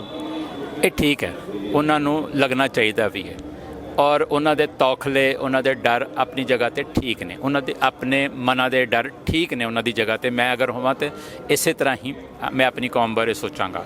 ਇਹ ਸਾਡੀ ਲੀਡਰਸ਼ਿਪ ਦਾ ਕੰਮ ਹੈ ਕਿ ਉਹਨਾਂ ਨਾਲ ਬੈਠ ਕੇ ਡਾਇਲੋਗ ਕਰਨਾ, ਉਹਨਾਂ ਨੂੰ ਇਹ ਸਮਝਾਉਣਾ ਕਿ ਪਿਛਲੇ 70 ਸਾਲ ਤੋਂ ਅਸੀਂ ਵੀ ਹਿੰਦੂ ਨਾਲ ਰਹਿ ਰਹੇ ਹਾਂ, ਅਤੇ ਜੇ ਪੰਜਾਬ ਆਜ਼ਾਦ ਹੁੰਦਾ ਤੇ ਅਸੀਂ ਉਹਨਾਂ ਨੂੰ ਬੈਟਰ ਸਿਟੀਜ਼ਨ ਦੇ ਤੌਰ ਤੇ ਆਪਣੇ ਨਾਲ ਰੱਖਾਂਗੇ। ਜਿਹੜੀ ਟ੍ਰੀਟਮੈਂਟ ਸਾਡੇ ਨਾਲ ਇੰਡੀਆ ਨੇ ਕੀਤੀ ਹੈ, ਅਸੀਂ ਉਸ ਤੋਂ ਮੱਚ ਬੈਟਰ ਟ੍ਰੀਟਮੈਂਟ ਉਹਨਾਂ ਨੂੰ ਦਾਂਗੇ। ਉਹ ਇਕੁਅਲ ਰਾਈਟਸ ਨੂੰ ਇੰਜੋਏ ਕਰਨਗੇ, ਉਹ ਇਕੁਅਲ ਰਾਈਟਸ ਦੇ ਹੱਕਦਾਰ ਹੋਣਗੇ, ਪਰ ਇਹ ਉਹਨਾਂ ਨੂੰ ਸਮਝਾਉਣਾ ਵੀ ਪਏਗਾ ਤੇ ਸਾਨੂੰ ਆਪਣੇ ਵਿਹਾਰ ਦੇ ਵਿੱਚ ਉਹਨਾਂ ਨੂੰ ਜਤਾਉਣਾ ਵੀ ਪਏਗਾ। ਇਹ ਨਹੀਂ ਹੈ ਕਿ ਸਾਡਾ ਵਿਹਾਰ ਹੋਰ ਹੋਵੇ ਤੇ ਅਸੀਂ ਗੱਲਾਂ ਕੁਝ ਹੋਰ ਕਰੀਏ। ਸੋ ਇਹ ਬਹੁਤ ਵੱਡਾ ਇੱਕ ਇਸ਼ੂ ਹੈ। ਇਹ ਇਸ਼ੂ ਉਦੋਂ ਵੀ ਸਾਡੇ ਸਾਹਮਣੇ ਆਉਣਾ ਹੈ ਜਦੋਂ ਅਸੀਂ UNO ਦੇ ਵਿੱਚ ਜਾ ਕੇ ਰਾਈਟ ਟੂ ਸੈਲਫ ਡਿਟਰਮੀਨੇਸ਼ਨ ਦੀ ਮੰਗ ਕਰਨੀ ਹੈ, ਤੇ ਉਹ ਜਿਹੜਾ ਰਾਈਟ ਹੈ ਉਹ ਪੂਰੇ ਖਿੱਤੇ ਨੂੰ ਮਿਲਦਾ ਹੈ, ਤੇ ਉਸ ਖਿੱਤੇ ਦੇ ਉਹ ਵੀ ਬਰਾਬਰ ਦੇ ਵੋਟਿੰਗ ਅਧਿਕਾਰ ਦੇ ਹੱਕਦਾਰ ਹੋਣਗੇ। ਸੋ ਉਸ ਵੇਲੇ ਸਾਨੂੰ ਇਹ ਸਾਰੀਆਂ ਜਿਹੜੀਆਂ ਉਹਨਾਂ ਦੇ ਡਰ ਨੇ, ਭਰਮ ਨੇ, ਵਹਿਮ ਨੇ, ਉਹ ਦੂਰ ਕਰਨੇ ਪੈਣਗੇ। ਵਾਹਿਗੁਰੂ ਜੀ ਕਾ ਖਾਲਸਾ, ਵਾਹਿਗੁਰੂ ਜੀ ਕਾ ਖਾਲਸਾ, ਵਾਹਿਗੁਰੂ ਜੀ ਕੀ ਫਤਿਹ। ਇਸ ਪ੍ਰੋਗਰਾਮ ਬਾਰੇ ਜੋ ਹਰ ਸਾਲ ਹੁੰਦਾ ਹੈ, ਇਸ ਸਾਲ ਕੀ ਵਿਸ਼ੇਸ਼ਤਾ, ਕੀ ਕੌਣ ਪਹੁੰਚ ਰਿਹਾ, ਕਿਹੜੀਆਂ ਜਥੇਬੰਦੀਆਂ ਨੇ ਸਹਿਯੋਗ ਨਾਲ ਇਹ ਪ੍ਰੋਗਰਾਮ ਕੀਤਾ ਗਿਆ, ਇਹਦੇ ਬਾਰੇ ਸਾਨੂੰ ਜਾਣਕਾਰੀ ਦਿਓ। ਹਰ ਸਾਲ 5 ਜੂਨ ਨੂੰ ਦਲ ਖਾਲਸਾ ਵੱਲੋਂ ਅੰਮ੍ਰਿਤਸਰ ਦੀ ਧਰਤੀ ਦੇ ਉੱਤੇ ਜਿਹੜਾ ਮਾਰਚ ਕੀਤਾ ਜਾਂਦਾ ਹੈ, ਸਾਰੀਆਂ ਪੰਥਕ ਜਥੇਬੰਦੀਆਂ ਦੇ ਸਹਿਯੋਗ ਦੇ ਨਾਲ। ਤੋਂ ਵੱਧ ਅਸੀਂ ਲੋਕਾਂ ਨੂੰ ਇਨਵੋਲਵ ਕਰਨ ਦੀ ਕੋਸ਼ਿਸ਼ ਕਰਦੇ, ਪਰ ਇਸ ਵਾਰ ਕਰੋਨਾ ਮਹਾਮਾਰੀ ਦੇ ਕਾਰਨ ਜਿਹੜਾ ਅਸੀਂ ਮਾਰਚ ਜਿਹੜਾ ਸੀਗਾ ਇੱਕ ਜਿਹੜਾ ਕਿ ਪੂਰੇ ਸ਼ਹਿਰ ਦੇ ਵਿੱਚੋਂ ਕੱਢਦੇ ਸੀ, ਉਹਨੂੰ ਸ਼ਾਰਟ ਕਰਕੇ ਭਾਈ ਗੁਰਦਾਸ ਹਾਲ ਵਿਖੇ ਜਿਹੜਾ ਆ ਘੱਲੂਘਾਰਾ ਯਾਦਗਾਰੀ ਸਮਾਗਮ ਇਸ ਤੋਂ ਪਹਿਲਾਂ ਕੀਤਾ ਸੀ, ਔਰ ਹੁਣ ਇਸ ਵਕਤ ਅਸੀਂ ਮਾਰਚ ਕਰ ਰਹੇ ਹਾਂ ਸ਼੍ਰੀ ਅਕਾਲ ਤਖਤ ਸਾਹਿਬ ਤੇ ਜਿਹੜਾ ਆ ਉਹ ਸ਼ਹੀਦਾਂ ਨੂੰ ਸ਼ਰਧਾਂਜਲੀ ਭੇਟ ਕਰਾਂਗੇ, ਅਰਦਾਸ ਕਰਾਂਗੇ, ਔਰ ਇਸ ਗੱਲ ਦੀ ਵਚਨਬੱਧਤਾ ਜਿਹੜੀ ਆ ਉਹ ਦੁਹਰਾਵਾਂਗੇ ਕਿ ਜਿਸ ਮਕਸਦ ਦੇ ਲਈ ਸਾਰੀਆਂ ਸ਼ਹਾਦਤਾਂ ਆਈਆਂ ਸੀਗੀਆਂ ਕਿ ਸਿੱਖ ਜਿਹੜੇ ਆ ਆਜ਼ਾਦ ਹੋਣ, ਖਾਲਿਸਤਾਨ ਜਿਹੜਾ ਹੋਣ ਦੇ ਵਿੱਚ ਆਵੇ, ਉਸ ਦੇ ਲਈ ਅਸੀਂ ਵਚਨਬੱਧ ਰਹੀਏ ਔਰ ਲੋਕਾਂ ਨੂੰ ਜਿਹੜਾ ਇਸ ਚੀਜ਼ ਵੱਲ ਜੋੜੀਏ ਕਿ ਸਾਡਾ ਜਿਹੜਾ ਹੱਲ ਆ ਉਹ ਆਜ਼ਾਦੀ ਦੇ ਵਿੱਚ ਪਿਆ ਆ। ਤੁਸੀਂ ਦੱਸਿਆ ਕਿ ਹਰ ਸਾਲ ਹੈ ਜਿਹੜਾ ਇਹ ਪ੍ਰੋਗਰਾਮ ਹੈ ਇੱਥੇ ਦਲ ਖਾਲਸਾ ਵੱਲੋਂ ਕੀਤਾ ਜਾਂਦਾ ਹੈ, ਜਿਸ ਵਿੱਚ ਸਿੱਖ ਯੂਥ ਆਫ ਪੰਜਾਬ ਦੀ ਵੀ ਭੂਮਿਕਾ ਰਹਿੰਦੀ ਹੈ। ਅਸੀਂ ਜਾਣਨਾ ਚਾਹਾਂਗੇ ਕਿ ਇੰਨੇ ਸਾਲ ਜਿਹੜਾ ਇਹ ਪ੍ਰੋਗਰਾਮ ਹੁੰਦਾ, ਉਹਦੇ ਬਾਵਜੂਦ ਵੀ ਜਿਹੜੀ ਨੌਜਵਾਨਾਂ ਦੀ ਜਿਹੜੀ ਭੂਮਿਕਾ ਹੈਗੀ ਇਹਦੇ ਵਿੱਚ ਉਨੀ ਪ੍ਰਤੱਖ ਤੌਰ ਤੇ ਨਜ਼ਰ ਆਉਂਦੀ ਨਹੀਂ, ਕਿ ਨਵੇਂ ਨੌਜਵਾਨ, ਨਵੇਂ ਚਿਹਰੇ ਸਾਹਮਣੇ ਉਨੇ ਪ੍ਰਤੱਖ ਤੌਰ ਤੇ ਨਜ਼ਰ ਨਹੀਂ ਆਉਂਦੇ। ਇਹਦੇ ਬਾਰੇ ਕੀ ਕਹਿਣਾ ਚਾਹੋਗੇ? ਨਹੀਂ ਵੇਖੋ, ਜੇ ਤੇ ਪਿਛਲੇ 10-15 ਸਾਲ ਦਾ ਜਿਹੜਾ ਅਸੀਂ ਸਾਰੇ ਦਾ ਸਾਰਾ ਵੇਖੀਏ, ਜਦੋਂ ਦਲ ਖਾਲਸਾ ਨੇ ਮਾਰਚ ਕੱਢਣਾ ਸ਼ੁਰੂ ਕੀਤਾ ਹੈ ਤੋਂ 20 ਸਾਲ ਪਹਿਲਾਂ, ਉਦੋਂ ਤੋਂ ਲੈ ਕੇ ਜੇ ਤੁਸੀਂ ਅੱਜ ਵੇਖੋ ਤੇ ਅੱਜ ਨੌਜਵਾਨਾਂ ਦੀ ਸ਼ਮੂਲੀਅਤ ਉਦੋਂ ਦੇ ਦੌਰ ਨਾਲੋਂ ਕਾਫੀ ਵਧੀ ਆ। ਉਹ ਇੱਕ ਪੀੜ੍ਹੀ ਨੇ ਜਦੋਂ ਚੇਂਜ ਹੋਣਾ ਹੁੰਦਾ ਹੈ, ਉਹ ਇੱਕ ਟਾਈਮ ਦੇ ਨਾਲ ਹੁੰਦੀ ਆ, ਹੌਲੀ ਹੁੰਦੀ ਆ, ਉਸ ਦੇ ਲਈ ਟਾਈਮ ਤੇ ਲੱਗਦਾ ਹੀ ਆ। ਪਰ ਜੇ ਕੋਈ ਉਹ ਲੈਗੇਸੀ ਜਿਹੜੀ ਆ ਸ਼ਹੀਦਾਂ ਦੀ ਉਹ ਕੋਈ ਕੈਰੀ ਨਹੀਂ ਕਰ ਰਿਹਾ ਨੌਜਵਾਨ ਅੱਗੇ, ਬਿਲਕੁਲ ਗੱਲ ਗਲਤ ਆ। ਜਿੰਨੇ ਤੁਸੀਂ ਜੇ ਫੋਟੋਆਂ ਜਾਂ ਤਸਵੀਰਾਂ ਦੇ ਵਿੱਚ ਮਾਰਚ ਦੇ ਵਿੱਚ ਵੇਖ ਸਕਦੇ ਹੋ, ਬਹੁਤਾਤ ਜਿਹੜੇ ਨੌਜਵਾਨ ਹੁਣ ਇਹਦੇ ਵਿੱਚ ਇਨਵੋਲਵ ਹੋਣੇ ਸ਼ੁਰੂ ਹੋ ਗਏ। ਉਹਨਾਂ ਨੂੰ ਇਸ ਗੱਲ ਦੀ ਸਮਝ ਆ ਕਿ ਉਹਨਾਂ ਸ਼ਹੀਦਾਂ ਜਿਹੜਾ ਸੁਪਨਾ ਹੈ ਉਹ ਅਸੀਂ ਸਾਕਾਰ ਕਰਨਾ ਹੈ ਔਰ ਆਜ਼ਾਦੀ ਸੰਘਰਸ਼ ਜਿਹੜਾ ਉਹ ਲੜਨਾ ਹੈ। ਅੱਜ ਦੇ ਦਿਨ ਨੂੰ ਖਾਲਿਸਤਾਨ ਡੇ ਦੇ ਤੌਰ ਤੇ ਵੀ ਮਨਾਇਆ ਜਾ ਰਿਹਾ, ਜਿੱਥੇ ਇੱਕ ਪਾਸੇ ਖੁਦ ਮੁਖਤਿਆਰੀ ਦੀ ਗੱਲ, ਸੂਬਿਆਂ ਵਿੱਚ ਫੈਡਰਲ ਢਾਂਚੇ ਦੀ ਗੱਲ ਉੱਠ ਰਹੀ ਹੈ, ਦੂਜੇ ਪਾਸੇ ਖਾਲਿਸਤਾਨ ਦੀ ਮੰਗ ਆ ਜਿਹੜੀ ਇਹ ਦੋਵੇਂ ਜਿਹੜੀਆਂ ਧਾਰਾਵਾਂ ਆਈਆਂ ਜਿਹੜੀਆਂ ਇਹ ਪੈਰਲਲ ਚੱਲਣ ਜਾ ਰਹੀਆਂ, ਜਾਂ ਇਸ ਸਭ ਨੂੰ ਤੁਸੀਂ ਕਿਵੇਂ ਦੇਖ ਸਕਦੇ ਹੋ ਇਹ ਵਰਤਾਰੇ? ਜਿਹੜੇ ਵੱਧ ਅਧਿਕਾਰਾਂ ਦੀ ਗੱਲ ਆ ਜਾਂ ਫੈਡਰਲ ਸਟਰਕਚਰ ਦੀ ਗੱਲ ਆ, ਉਹ ਅਸੀਂ ਸਮਝਦੇ ਆ ਕਿ ਉਹ ਇੱਕ ਇੰਡੀਅਨ ਸਟੇਟ ਦੇ ਚੌਗਿਰਦੇ ਦੇ ਵਿੱਚ ਰਹਿ ਕੇ ਕੰਮ ਕਰਨ ਦੇ ਬਰਾਬਰ ਹੈ, ਇਸ ਤੋਂ ਬਾਅਦ ਕੁਝ ਨਹੀਂ ਗਾ। ਅਸੀਂ ਇਹ ਨਾਰਾ ਜਿਹੜਾ ਦਿੱਤਾ ਹੈ ਕਿ ਜੂਨ 6 ਖਾਲਿਸਤਾਨ ਡੇ, ਇਹ ਇਸ ਗੱਲ ਦੀ ਵੀ ਪ੍ਰੋੜਤਾ ਕੀਤੀ ਹੈ ਜਿਹੜੇ ਕਦੀ ਸੰਤ ਜਰਨੈਲ ਸਿੰਘ ਨੇ ਸ਼ਬਦ ਵਰਤੇ ਸੀ ਕਿ ਜਿੱਦਣ ਅਕਾਲ ਤਖਤ, ਜਿੱਦਣ ਦਰਬਾਰ ਸਾਹਿਬ ਦੇ ਉੱਤੇ ਜਿਹੜਾ ਹੈ ਉਹ ਫੌਜ ਹਮਲਾ ਕਰੇਗੀ, ਉਦੋਂ ਖਾਲਿਸਤਾਨ ਦੀ ਨੀਂਹ ਰੱਖੀ ਜਾਵੇਗੀ। ਸੋ ਅਸੀਂ ਸਮਝਦੇ ਨਹੀਂ ਉਦੋਂ ਰੱਖੀ ਗਈ, ਉਸ ਦੀ ਉਸਾਰੀ ਦਾ ਕੰਮ ਅਸੀਂ ਕਰਨਾ ਹੈ। ਸੋ ਇਹੋ ਜਿਹੇ ਨਾਰੇ, ਇਹੋ ਜਿਹੇ ਸਲੋਗਨ ਜਿਹੜੇ ਨੇ ਉਹ ਤੁਹਾਡੀ ਪੀੜ੍ਹੀ ਦੇ ਵਿੱਚ ਗੱਲ ਨੂੰ ਲੈ ਕੇ ਜਾਂਦੇ ਆ ਕਿ ਤੁਸੀਂ ਕੀ ਕਰਨਾ ਜਾਂ ਤੁਹਾਡਾ ਡ੍ਰੀਮ ਕੀ ਆ। ਸੋ ਜਿਹੜੇ ਫੈਡਰਲ ਸਟਰਕਚਰ ਦੀ ਗੱਲ ਕਰਦੇ ਜਾਂ ਵੱਧ ਅਧਿਕਾਰਾਂ ਦੀ ਗੱਲ ਕਰਦੇ, ਉਹ ਆਪਣੀ ਜਗ੍ਹਾ ਠੀਕ ਹੋਣਗੇ, ਉਹਨਾਂ ਨੂੰ ਲੱਗਦਾ ਹੋਵੇਗਾ ਕਿ ਸ਼ਾਇਦ ਉਹਦੇ ਵਿੱਚ ਉਹ ਕਰ ਸਕਦੇ ਆ। ਪਰ ਇੱਕ ਸਿੱਖ ਹੋਣ ਦੇ ਨਾਤੇ ਅਸੀਂ ਇਹ ਮਹਿਸੂਸ ਕਰਦੇ ਹਾਂ ਕਿ ਚਾਹੇ ਸੂਬਿਆਂ ਨੂੰ ਸਾਰੇ ਅਧਿਕਾਰ ਕਿਉਂ ਨਾ ਦੇ ਦਿੱਤੇ ਜਾਣ ਜਿੰਨੇ ਇੱਕ ਫੈਡਰਲ ਸਟਰਕਚਰ ਦਿੰਦਾ ਆ, ਇੱਕ ਮੈਚੁਰ ਫੈਡਰਲ ਸਟਰਕਚਰ, ਉਸ ਦੇ ਬਾਵਜੂਦ ਵੀ ਜਿਹੜਾ ਸਿੱਖਾਂ ਦਾ ਹਾਲ ਆ ਉਹ ਆਜ਼ਾਦੀ ਦੇ ਵਿੱਚ ਹੀ ਪਿਆ ਆ। ਇੱਕ ਇੰਡੀਅਨ ਪੈਰੀਫੇਰੀ ਦੇ ਵਿੱਚ ਰਹਿ ਕੇ ਜੇ ਸਿੱਖਾਂ ਨੇ ਕੰਮ ਕਰਨਾ ਤੇ ਉਹ ਅਸੀਮੀਲੇਟ ਹੋ ਜਾਣਗੇ, ਖਤਮ ਹੋ ਜਾਣਗੇ। ਸਾਨੂੰ ਆਪਣਾ ਇੱਕ ਜਿਹੜਾ ਪ੍ਰਭੂ ਸੱਤਾ ਸੰਪੰਨ ਰਾਜ ਜਿਹੜਾ ਉਹ ਸਥਾਪਿਤ ਕਰਨਾ ਪਵੇਗਾ। ਤਾਂ ਤੁਹਾਡਾ ਕਹਿਣਾ ਕਿ ਖੁਦ ਮੁਖਤਿਆਰੀ ਦੀ ਪੌੜੀ ਤੇ ਪੈਰ ਰੱਖ ਕੇ ਖਾਲਿਸਤਾਨ ਦੀ ਮੰਜ਼ਿਲ ਤੱਕ ਨਹੀਂ ਪਹੁੰਚਿਆ ਜਾ ਸਕਦਾ? ਜੇ ਤੁਹਾਡੀ ਮੰਜ਼ਿਲ ਖਾਲਿਸਤਾਨ ਆ, ਉਸ ਤੋਂ ਪਹਿਲਾਂ ਤੁਸੀਂ ਪੌੜੀਆਂ ਜਿੰਨੀਆਂ ਮਰਜ਼ੀ ਚੜੀ ਜਾਓ, ਪਰ ਜੇ ਤੁਹਾਡੀ ਮੰਜ਼ਿਲ ਹੀ ਤੁਸੀਂ ਖੁਦ ਮੁਖਤਿਆਰੀ ਬਣਾ ਲਈ ਜਾਂ ਸਿਰਫ ਉਨੀ ਕਿ ਇੱਕ ਫੈਡਰਲ ਸਟਰਕਚਰ ਤੁਸੀਂ ਜਿਹੜਾ ਹੈ ਉਹ ਘੜ ਕੇ ਦੇਣਾ ਆ, ਉਹ ਗਲਤ ਆ। ਸਿਰਫ ਜੇ ਜੋ ਸਾਡੇ ਨਜ਼ਰੀਏ ਨਾਲ ਕੋਈ ਦੂਸਰਾ ਨਜ਼ਰੀਆ ਜਿਹੜਾ ਵੇਖਦਾ ਜਿਹੜਾ ਖਾਲਿਸਤਾਨ ਦਾ ਸਿੱਧਾ ਨਹੀਂ ਹਮਾਇਤੀ, ਉਹਨੂੰ ਠੀਕ ਵੀ ਲੱਗ ਸਕਦਾ, ਅਸੀਂ ਉਹਨੂੰ ਕੱਟਦੇ ਨਹੀਂਗੇ। ਪਰ ਜਿਹੜੇ ਇਸ ਚੀਜ਼ ਦੇ ਹਮਾਇਤੀ ਨੇ, ਖਾਸ ਤੌਰ ਤੇ ਸਿੱਖ, ਜਦੋਂ ਦਰਬਾਰ ਸਾਹਿਬ 'ਤੇ ਹਮਲਾ ਹੋ ਗਿਆ, ਸਾਡੇ ਜਿਹੜੀ ਉਹਨਾਂ ਦੇ ਨਾਲ ਲੀਕ ਵਗ ਗਈ ਇੰਡੀਆ ਦੇ ਨਾਲ, ਉਸ ਨੂੰ ਅਸੀਂ ਅੱਗੇ ਕੈਰੀ ਕਰਨਾ। ਜੇ ਅੱਜ ਅਸੀਂ ਫਿਰ ਦੁਬਾਰਾ ਆਪਣੀ ਨੌਜਵਾਨ ਪੀੜ੍ਹੀ ਨੂੰ ਇਸੇ ਗੱਲ ਦੇ ਵਿੱਚ ਜੋੜਾਂਗੇ ਕਿ ਵੱਧ ਅਧਿਕਾਰ ਤੇ ਅਨੰਦਪੁਰ ਸਾਹਿਬ ਦੇ ਮਤੇ ਦੀ ਵਾਰ-ਵਾਰ ਗੱਲ ਕਰਾਂਗੇ, ਉਹ ਵੇਖਣ ਸੁਣਨ ਨੂੰ ਠੀਕ ਲੱਗਦਾ ਆ, ਪਰ ਅਸੀਂ ਸਮਝਦੇ ਹਾਂ ਕਿ ਅਨੰਦਪੁਰ ਸਾਹਿਬ ਦਾ ਮਤਾ ਉਦੋਂ ਤੱਕ ਵੈਲਿਡ ਸੀ ਜਦੋਂ ਤੱਕ ਭਾਰਤੀ ਹੁਕਮਰਾਨਾਂ ਨੇ ਆਪਣੀ ਫੌਜ ਦਾ ਜਿਹੜਾ ਸਾਰੀ ਪਾਵਰ ਹੈ ਉਹ ਵਰਤ ਕੇ ਸਾਡੇ 'ਤੇ ਹਮਲਾ ਨਹੀਂ ਕੀਤਾ। ਜਦੋਂ ਕਰਤਾ, ਅਨੰਦਪੁਰ ਸਾਹਿਬ ਦਾ ਮਤਾ ਸਾਡੇ ਹਿਸਾਬ ਨਾਲ ਇੱਕ ਪਾਸੇ ਰੱਖ ਦੇਣਾ ਚਾਹੀਦਾ। ਕੌਮ ਨੂੰ ਸੰਪੂਰਨ ਆਜ਼ਾਦੀ ਵੱਲ ਤੁਰਨਾ ਚਾਹੀਦਾ। ਉਸ ਦੇ ਵਿੱਚ ਹੀ ਤੁਹਾਡਾ ਅਨੰਦਪੁਰ ਸਾਹਿਬ ਦਾ ਮਤਾ ਆ ਜਾਏਗਾ, ਉਸ ਦੇ ਵਿੱਚ ਹੀ ਤੁਹਾਡਾ ਫੈਡਰਲ ਸਟਰਕਚਰ, ਵੱਧ ਅਧਿਕਾਰ, ਜੋ ਤੁਸੀਂ ਗੱਲ ਕਰਦੇ ਹੋ ਉਹ ਸਾਰਾ ਕੁਝ ਆਜ਼ਾਦੀ ਦੇ ਵਿੱਚ ਪਿਆ ਹੈ। ਸੋ ਜੇ ਕੋਈ ਉਸ ਪੌੜੀ ਨੂੰ ਚੜ੍ਹ ਕੇ ਇਹ ਗੱਲ ਕਹਿੰਦਾ ਕਿ ਹਾਂ ਸਾਡੀ ਅਖੀਰੀ ਮੰਜ਼ਿਲ ਆਜ਼ਾਦੀ ਆ, ਤਾਂ ਠੀਕ ਆ, ਪਰ ਜੇ ਕੌਮ ਨੂੰ ਫੇਰ ਮੋੜ-ਕੋੜ ਕੇ ਉਸੇ ਭੰਬਲ ਭੂਸੇ ਦੇ ਵਿੱਚ ਪਾ ਕੇ ਰੱਖਣਾ ਕਿ ਨਹੀਂ ਜੀ ਵੱਧ ਅਧਿਕਾਰ ਲੈ ਲਓ, ਤੁਹਾਡੀਆਂ ਸੜਕਾਂ ਵਧੀਆ ਬਣ ਜਾਣਗੀਆਂ, ਇਨਫਰਾਸਟ੍ਰਕਚਰ ਵਧੀਆ ਆ ਜਾਏਗਾ, ਔਰ ਵੱਧ ਅਧਿਕਾਰਾਂ ਨੂੰ ਇਸ ਤਰੀਕੇ ਨਾਲ ਪੇਸ਼ ਕਰਨਾ ਹੈ ਕਿ ਸ਼ਾਇਦ ਇਹੀ ਆਜ਼ਾਦੀ ਆ, ਉਹ ਗਲਤ ਹੈ। ਕੌਮ ਨੂੰ ਉਸ ਭੰਬਲ ਭੂਸੇ ਨਿਕਲਣਾ ਚਾਹੀਦਾ। ਉਹ ਸਾਰਾ federal system actually it's nothing more than a mirage, ਇੱਕ ਭੁਲੇਖਾ ਆ। ਜਿਵੇਂ ਰੇਗਿਸਤਾਨ ਦੇ ਵਿੱਚ ਪੈਂਦਾ ਆ, ਉਹ ਉਵੇਂ ਦਾ ਹੀ ਆ। ਦੂਰੋਂ ਸਾਨੂੰ ਲੱਗਦਾ ਕਿ ਮਿਲ ਚੱਲਿਆ, ਉਵੇਂ ਕੁਝ ਨਹੀਂ ਮਿਲਣ ਵਾਲਾ। ਔਰ ਦੂਜਾ, ਤੁਸੀਂ ਉਸ ਦੇ ਉਲਟ ਵੇਖੋ, ਅਸੀਂ ਮੰਗ ਤਾਂ ਕਰ ਰਹੇ ਹਾਂ ਕਿ ਵੱਧ ਅਧਿਕਾਰ ਦੇ ਦਿਓ। ਇੰਡੀਅਨ ਸਟੇਟ ਸਾਰੀ ਦੀ ਸਾਰੀ ਪਾਲਿਸੀ ਸੈਂਟਰਲਾਈਜੇਸ਼ਨ ਦੀ ਜਿਹੜੀਆਂ ਪਾਵਰਾਂ ਚਾਹ ਹੈਗੀਆਂ ਉਹ ਵੀ ਲੈ ਚੱਲੇ ਨੇ। ਸੋ ਜੇ ਅਸੀਂ એનર્ਜੀ ਲਾਉਣੀ ਆ, ਸਾਰਾ ਆਪਣੇ ਰਿਸੋਰਸਿਸ ਲਾਉਣੇ ਨੇ, ਕੌਮ ਦੇ ਨੌਜਵਾਨਾਂ ਨੂੰ ਝੋਕਣਾ ਆ, ਤੇ ਫਿਰ why for this federal structure ਆਉਣ ਲਈ ਸਾਨੂੰ ਆਪਣੀ ਆਜ਼ਾਦੀ ਲਈ ਲੜਨਾ ਚਾਹੀਦਾ। ਜੇ ਕੋਈ ਕਹਿੰਦਾ ਹੈ ਕਿ ਉਸਨੇ ਫੈਡਰਲ ਸਟਰਕਚਰ ਨੂੰ ਆਜ਼ਾਦੀ ਤੱਕ ਲੈ ਕੇ ਜਾਣਾ ਹੈ, ਫਿਰ ਸਾਫ਼ ਗੱਲ ਕਹਿਣੀ ਵੀ ਚਾਹੀਦੀ ਹੈ ਕਿ ਹਾਂ ਸਾਡਾ ਰਸਤਾ ਆਜ਼ਾਦੀ ਤੱਕ ਦਾ ਆ। ਹਾਲ ਦੀ ਘੜੀ ਸਾਡੀ ਇਹ ਲੜਾਈ ਹੋ ਸਕਦੀ। ਸੋ ਦਲ ਖਾਲਸਾ ਜਿਹੜੇ ਇਸ ਗੱਲ ਨੂੰ ਸਾਫ਼ ਕਰਦਾ ਹੈ ਕਿ ਸਾਡੀ ਮੰਜ਼ਿਲ ਜਿਹੜੀ ਆ ਉਹ ਸਾਡੀ ਆਜ਼ਾਦੀ ਆ, ਖਾਲਿਸਤਾਨ ਆ। ਉਦੋਂ ਉਰੇ ਜੇ ਕੋਈ ਮਿਲਦੇ ਆ ਪੰਜਾਬ ਨੂੰ ਥੋੜ੍ਹੇ ਬਹੁਤੇ ਹੱਕ, ਠੀਕ ਆ, ਪਰ ਉਹ ਜਿਹੜਾ ਆ ਉਹ ਅਲਟੀਮੇਟ ਡੈਸਟੀਨੀ ਨਹੀਂ ਹੈਗੀ ਸਾਡੀ। ਇਹਨਾਂ ਵੱਖ-ਵੱਖ ਵਿਚਾਰਾਂ ਤੇ ਵੱਖ-ਵੱਖ ਜਿਹੜੇ ਦਲ ਆ, ਵੱਖ-ਵੱਖ ਦਲ ਪੰਥ ਆ, ਵੱਖ-ਵੱਖ ਪਾਰਟੀਆਂ ਜਿਹੜੀਆਂ ਉਹ ਆਪਣੇ ਵਿੱਚ ਵਖਰੇਵਾਂ ਰੱਖਦੀਆਂ, ਜਦੋਂ ਕਿ ਦੂਜੇ ਪਾਸੇ ਦੇਖੀਏ ਤਾਂ ਖਾਲਿਸਤਾਨ ਦਾ ਨਿਸ਼ਾਨਾ ਇੱਕ ਬਹੁਤ ਵੱਡਾ ਰਾਜਨੀਤਿਕ ਨਿਸ਼ਾਨਾ। ਕਿ ਤੁਹਾਨੂੰ ਲੱਗਦਾ ਕਿ ਇਸ ਤਰ੍ਹਾਂ ਵੱਖੋ-ਵੱਖੇ ਵਖਰੇਵਿਆਂ ਨਾਲ, ਵਿਚਾਰਾਂ ਦੇ ਵਖਰੇਵਿਆਂ ਨਾਲ ਇਸ ਪਾਸੇ ਤੁਰਿਆ ਜਾ ਸਕਦਾ? ਨਹੀਂ, ਜਿਹੜੇ ਰਵਾਇਤੀ ਜਿੰਨੀਆਂ ਤੁਸੀਂ ਵੇਖੋ, ਚਾਹੇ ਉਹ ਬਿਗ ਹਾਰਸਿਸ ਹੋਣ, ਜਿਵੇਂ ਸੁਖਪਾਲ ਸਿੰਘ ਖਹਿਰਾ ਵੀ ਸੀ, ਉਹਨਾਂ ਨੇ ਖੁਦ ਮੁਖਤਿਆਰੀ ਦੀ ਗੱਲ ਕੀਤੀ, ਵੱਧ ਮੋੜ-ਕੋੜ ਕੇ ਚਲੇ ਗਏ ਉੱਥੇ ਕਾਂਗਰਸ ਦੇ ਵਿੱਚ। ਇਵੇਂ ਹੀ ਬਹੁਤ ਸਾਰੇ ਨਵੇਂ ਵੀ ਆ ਰਹੇ ਨੇ, ਉਹ ਵੀ ਵੱਧ ਅਧਿਕਾਰਾਂ ਦੀ ਗੱਲ ਕਰ ਰਹੇ। ਸੋ ਮੈਨੂੰ ਲੱਗਦਾ ਵੱਧ ਅਧਿਕਾਰਾਂ ਦੀ ਗੱਲ ਅੱਜ ਤੋਂ 40-50 ਸਾਲ ਪਹਿਲਾਂ ਪੰਜਾਬ ਦੇ ਵਿੱਚ ਹੋ ਚੁੱਕੀ ਹੈ, ਉਦੋਂ ਜਦੋਂ ਸਰਕਾਰ ਨੇ ਕੁਝ ਨਹੀਂ ਦਿੱਤਾ। ਸੋ ਹੁਣ ਸਾਨੂੰ ਕੌਮ ਨੂੰ ਐਜ਼ ਏ ਕੌਮ ਹੋਣ ਦੇ ਨਾਤੇ ਅਸੀਂ ਇਹ ਮੰਨਦੇ ਕਿ ਆਪਣੇ ਰਿਸੋਰਸਿਸ ਜਿਹੜੇ ਉਹ ਆਜ਼ਾਦੀ ਵੱਲ ਲਾਉਣੇ ਚਾਹੀਦੇ ਨੇ।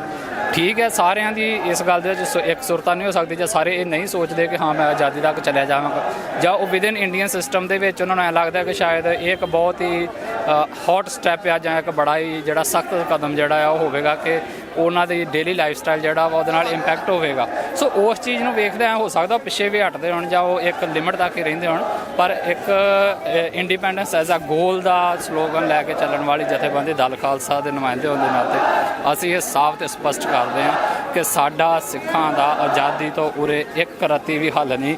ਚਾਹੇ ਤੁਸੀਂ ਸਾਰੇ ਵੱਧ ਅਧਿਕਾਰ ਲੈ ਲਓ ਪੰਜਾਬ ਦੇ ਵਿੱਚ, ਪਰ ਫਿਰ ਵੀ ਤੁਸੀਂ ਇੰਡੀਅਨ ਪਿੰਜਰੇ ਦੇ ਵਿੱਚ ਕੈਦ ਹੋ ਕੇ ਰਹਿ ਜਾਓਗੇ।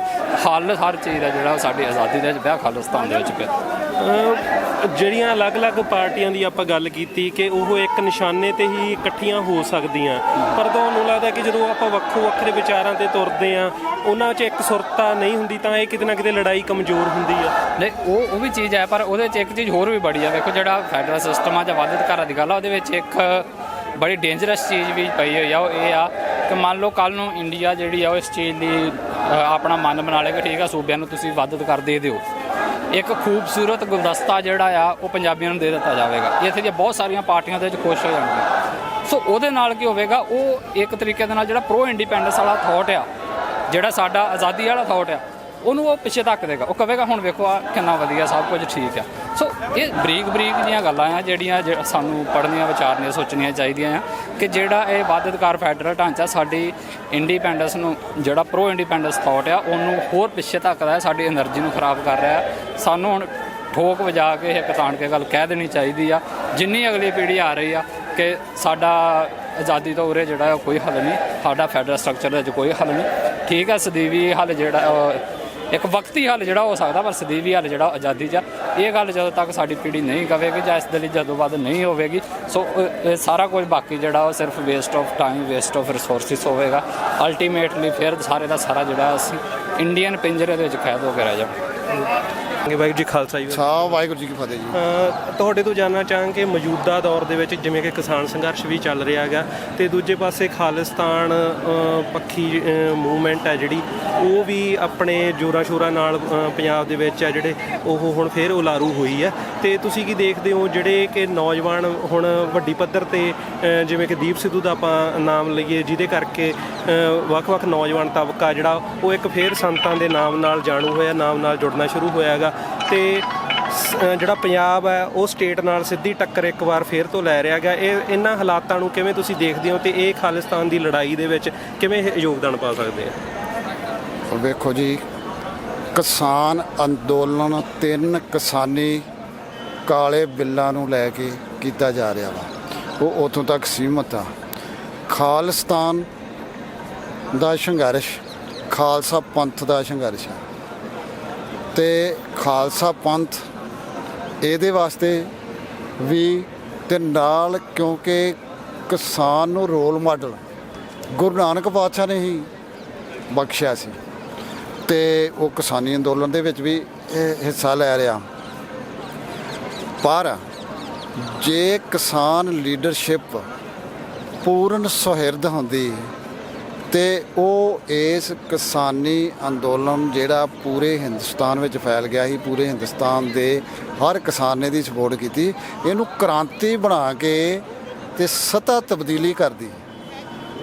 ਕ੍ਰਾਂਤੀ ਦਾ ਮਤਲਬ ਹੁੰਦਾ ਸੱਤਾ ਦਾ ਤਬਦੀਲ ਕਰ ਦੇਣਾ, ਪਰ ਉਹ ਉਸ ਪਾਸੇ ਨਹੀਂ, ਉਹ ਸਿਰਫ ਕਿਸਾਨੀ 3 ਜਿਹੜੇ ਕਿਸਾਨੀ ਕਾਲੇ ਕਾਨੂੰਨ ਨੇ ਉਹਨਾਂ ਤੱਕ ਹੀ ਸੀਮਤ ਆ। ਲੇਕਿਨ ਜਿਹੜਾ ਖਾਲਸਾ ਪੰਥ ਆ ਉਹਦੇ ਹਿਰਦੇ ਵਿੱਚ ਖਾਲਿਸਤਾਨ ਖਾਲਸਾ ਰਾਜ ਉਕਰਿਆ ਵਾ। ਹਰ ਸਿੱਖ ਦੋਨੇ ਵਕਤ ਅਰਦਾਸ ਦੇ ਵਿੱਚ ਰਾਜ ਕਰੇਗਾ, ਖਾਲਸਾ ਦਾ ਦੋਹਰਾ ਪੜ੍ਹਦਾ ਵਾ ਤੇ ਗੁਰਬਾਣੀ ਜਿਹੜੀ ਆ ਉਹ ਰੂਪ ਰੇਖਾ ਬਖਸ਼ਦੀ ਆ ਖਾਲਸਾ ਰਾਜ ਦੀ। ਅਜਿਹਾ ਰਾਜ ਜਿੱਥੇ ਨਾ ਕੋਈ ਜ਼ਾਲਮ ਜ਼ੁਲਮ ਕਰੇ, ਨਾ ਕਿਸੇ ਨੂੰ ਮਜ਼ਲੂਮ ਬਣਨਾ ਪਵੇ, ਨਾ ਕੋਈ ਲੁਟੇਰਾ ਕਿਸੇ ਨੂੰ ਲੁੱਟੇ ਤੇ ਨਾ ਕੋਈ ਲੁੱਟਿਆ ਹੀ ਜਾਵੇ, ਨਾ ਕੋਈ ਬਹੁਤ ਅਮੀਰ ਸ਼ਾਹੂਕਾਰ ਹੋਵੇ ਤੇ ਨਾ ਕਿਸੇ ਨੂੰ ਗਰੀਬ ਹੀ ਖਵਾਉਣਾ ਪਵੇ, ਜਿੱਥੇ ਹਰ ਇੱਕ ਨੂੰ ਆਪਣੇ ਜੀਵਨ ਦੇ ਵਿਕਾਸ ਦੇ ਬਰਾਬਰ ਮੌਕੇ ਮਿਲਣ। ਜਾਤ ਪਾਤ ਊਚ ਨੀਚ ਹਰ ਜਿਹੜੀ ਇਹੋ ਜਿਹੀ ਬੁਰਾਈ ਆ ਉਹਦਾ ਖਾਤਮਾ ਹੋਏ ਤੇ ਅਜਿਹਾ ਰਾਜ ਜਿਹੜਾ ਦੁਨੀਆ ਨੂੰ ਸੇਧ ਦੇਣ ਲਈ ਰੋਲ ਮਾਡਲ ਹੋਵੇ, ਉਹ ਆ ਖਾਲਸਾ ਰਾਜ। ਤੇ ਹਰ ਸਿੱਖ ਦਾ ਫਰਜ਼ ਬਣਦਾ ਕਿ ਉਹਦੇ ਲਈ ਆਵਾਜ਼ ਉਠਾਉਣੀ, ਉਹਦੇ ਲਈ ਜੂਝਣਾ, ਉਹਦੇ ਲਈ ਰਣਨੀਤੀ ਤਿਆਰ ਕਰਨੀ ਤੇ ਉਹਦੇ ਨਾਲ ਜੁੜੇ ਇਤਿਹਾਸਕ ਦਿਨਾਂ ਨੂੰ ਪੂਰੇ ਖਾਲਸਾਈ ਜਲਾਓ ਦੇ ਨਾਲ ਮਨਾਉਣਾ। ਮੇਰਾ ਸਵਾਲ ਹੈ ਕਿ ਇੱਕ ਵਾਰ ਫੇਰ ਜਿਹੜਾ ਪੰਜਾਬ ਆ, ਪੰਜਾਬ ਦੇ ਵਿੱਚ ਮਾਹੌਲ ਆ ਜਿਹੜਾ ਉਹ ਬਣ ਰਿਹਾ, ਸੋਵਰਨਿਟੀ ਦੀ ਗੱਲ ਹੋ ਰਹੀ ਹੈ, ਆਜ਼ਾਦੀ ਦੀ ਗੱਲ ਹੋ ਰਹੀ ਹੈ, ਨੌਜਵਾਨ ਵੀ ਦਾ ਵੀ ਵੱਡਾ ਹਿੱਸਾ ਜਿਹੜਾ ਉਹ ਇਸ ਵਿੱਚ ਹਿੱਸਾ ਲੈ ਰਿਹਾ ਇਸ ਲੜਾਈ ਨੂੰ, ਕਿਉਂਕਿ ਕਿਤੇ ਨਾ ਕਿਤੇ ਹੁਣ ਕਿਸਾਨ ਬਿੱਲਾਂ ਦੇ ਨਾਲ ਦੇਖਦੇ ਆ ਤਾਂ ਉਹ ਨੌਜਵਾਨ ਕਿਤੇ ਨਾ ਕਿਤੇ ਸੋਚਦੇ ਆ ਕਿ ਹਰੇਕ ਚੀਜ਼ ਦਾ ਹੱਲ ਹੈ ਜਿਹੜਾ ਉਹ ਧਰਨੇ ਲਾ ਕੇ ਸ਼ਾਇਦ ਨਹੀਂ ਹੋਣਾ। ਕਿੰਨਾ ਕੁ ਸਮਾਂ ਧਰਨੇ ਲਾਉਂਦੇ ਰਵਾਂਗੇ, ਵਾਰ-ਵਾਰ ਧਰਨੇ ਲਾਉਂਦੇ ਰਵਾਂਗੇ ਵੀ ਜਿਸ ਨਾਲ ਇੱਕ ਪਾਸੇ ਖੁਦ ਮੁਖਤਿਆਰੀ ਦੀਆਂ ਗੱਲਾਂ ਉੱਠ ਰਹੀਆਂ, ਦੂਜੇ ਪਾਸੇ ਖਾਲਿਸਤਾਨ ਦੀ ਮੰਗ ਆ ਜਿਹੜੀ ਉਹ ਕਰਨ ਵਾਲੇ ਵੀ ਇਸ ਬਹਿਸ ਦੇ ਵਿੱਚ ਆਪਣਾ ਬਣਦਾ ਹਿੱਸਾ ਪਾ ਰਹੇ ਆ। ਤੁਹਾਨੂੰ ਕੀ ਲੱਗਦਾ ਇਹ ਜਿਹੜੀ ਸਾਰੀ ਮੋਬਿਲਾਈਜੇਸ਼ਨ ਆ ਜਿਹੜਾ ਇੱਕ ਜਿਹੜੀ ਅਸਥਿਰਤਾ ਦੀ ਸਥਿਤੀ ਪੈਦਾ ਹੋ ਰਹੀ ਹੈ, ਇਹ ਖਾਲਿਸਤਾਨ ਧਿਰਾਂ ਦੀ ਜੋ ਲੜਾਈ ਆ ਉਹਦੇ ਵਿੱਚ ਕੋਈ ਮਦਦਗਾਰ ਸਿੱਧ ਹੋ ਸਕਦੀ ਹੈ? ਵੇਖੋ ਬਿਲਕੁਲ, ਕਿਉਂਕਿ ਜਿਹੜੀ ਵੱਧ ਅਧਿਕਾਰਾਂ ਦੀ ਗੱਲ ਆ ਉਹ ਤੇ ਮੋਦੀ ਸਰਕਾਰ ਨੇ ਕੁਚਲ ਦਿੱਤੀ। ਵੱਧ ਅਧਿਕਾਰ ਸਭ ਤੋਂ ਵੱਧ JNK ਨੂੰ ਹੀ ਤੇ ਉਹ ਤੇ ਸਾਰਾ ਕੁਝ ਤੈਸ਼ ਨੈਸ਼ ਕਰਕੇ ਤੇ ਉਹਨੂੰ ਯੂਨੀਅਨ ਟੈਰੀਟਰੀ ਬਣਾ ਲਿਆ, ਉਹਦੀ ਹੋਂਦ ਵਾਸਤੇ ਹੀ ਖਤਮ ਕਰ ਦਿੱਤੀ ਸੀ ਤੇ ਸਾਰੇ ਹੀ ਜਿਹੜੇ ਸਟੇਟ ਰਾਈਟਸ ਨੇ ਉਹਨਾਂ ਨੂੰ, ਜਿਹੜੀਆਂ ਸਟੇਟ ਪਾਵਰਸ ਨੇ ਉਹਨਾਂ ਦਾ ਕੇਂਦਰੀਕਰਨ ਕਰੀ ਜਾ ਰਹੀ ਆ ਤੇ ਇਸ ਕਰਕੇ ਲੋਕਾਂ ਦੇ ਵਿੱਚ ਇਹ ਗੱਲ ਖਾਸ ਕਰਕੇ ਜਿਹੜੇ ਸੁਹਿਰਦ ਸਿੱਖ ਆ, ਪੂਰਾ ਸਿੱਖ ਜਗਤ ਆ, ਉਹ ਇਹ ਗੱਲ ਨੂੰ ਸਮਝਦਾ ਕਿ ਹਿੰਦੁਸਤਾਨ ਵੱਧ ਅਧਿਕਾਰਾਂ ਦੀ ਫੈਡਰਲ ਸਿਸਟਮ ਦੀ ਵੀ ਇੱਥੇ ਗੱਲ ਖਤਮ ਕਰ ਰਿਹਾ ਵਾ ਤੇ ਆਜ਼ਾਦੀ ਸਾਡਾ ਹੱਕ ਆ, ਹਰ ਕੌਮ ਦਾ ਹੱਕ ਆ।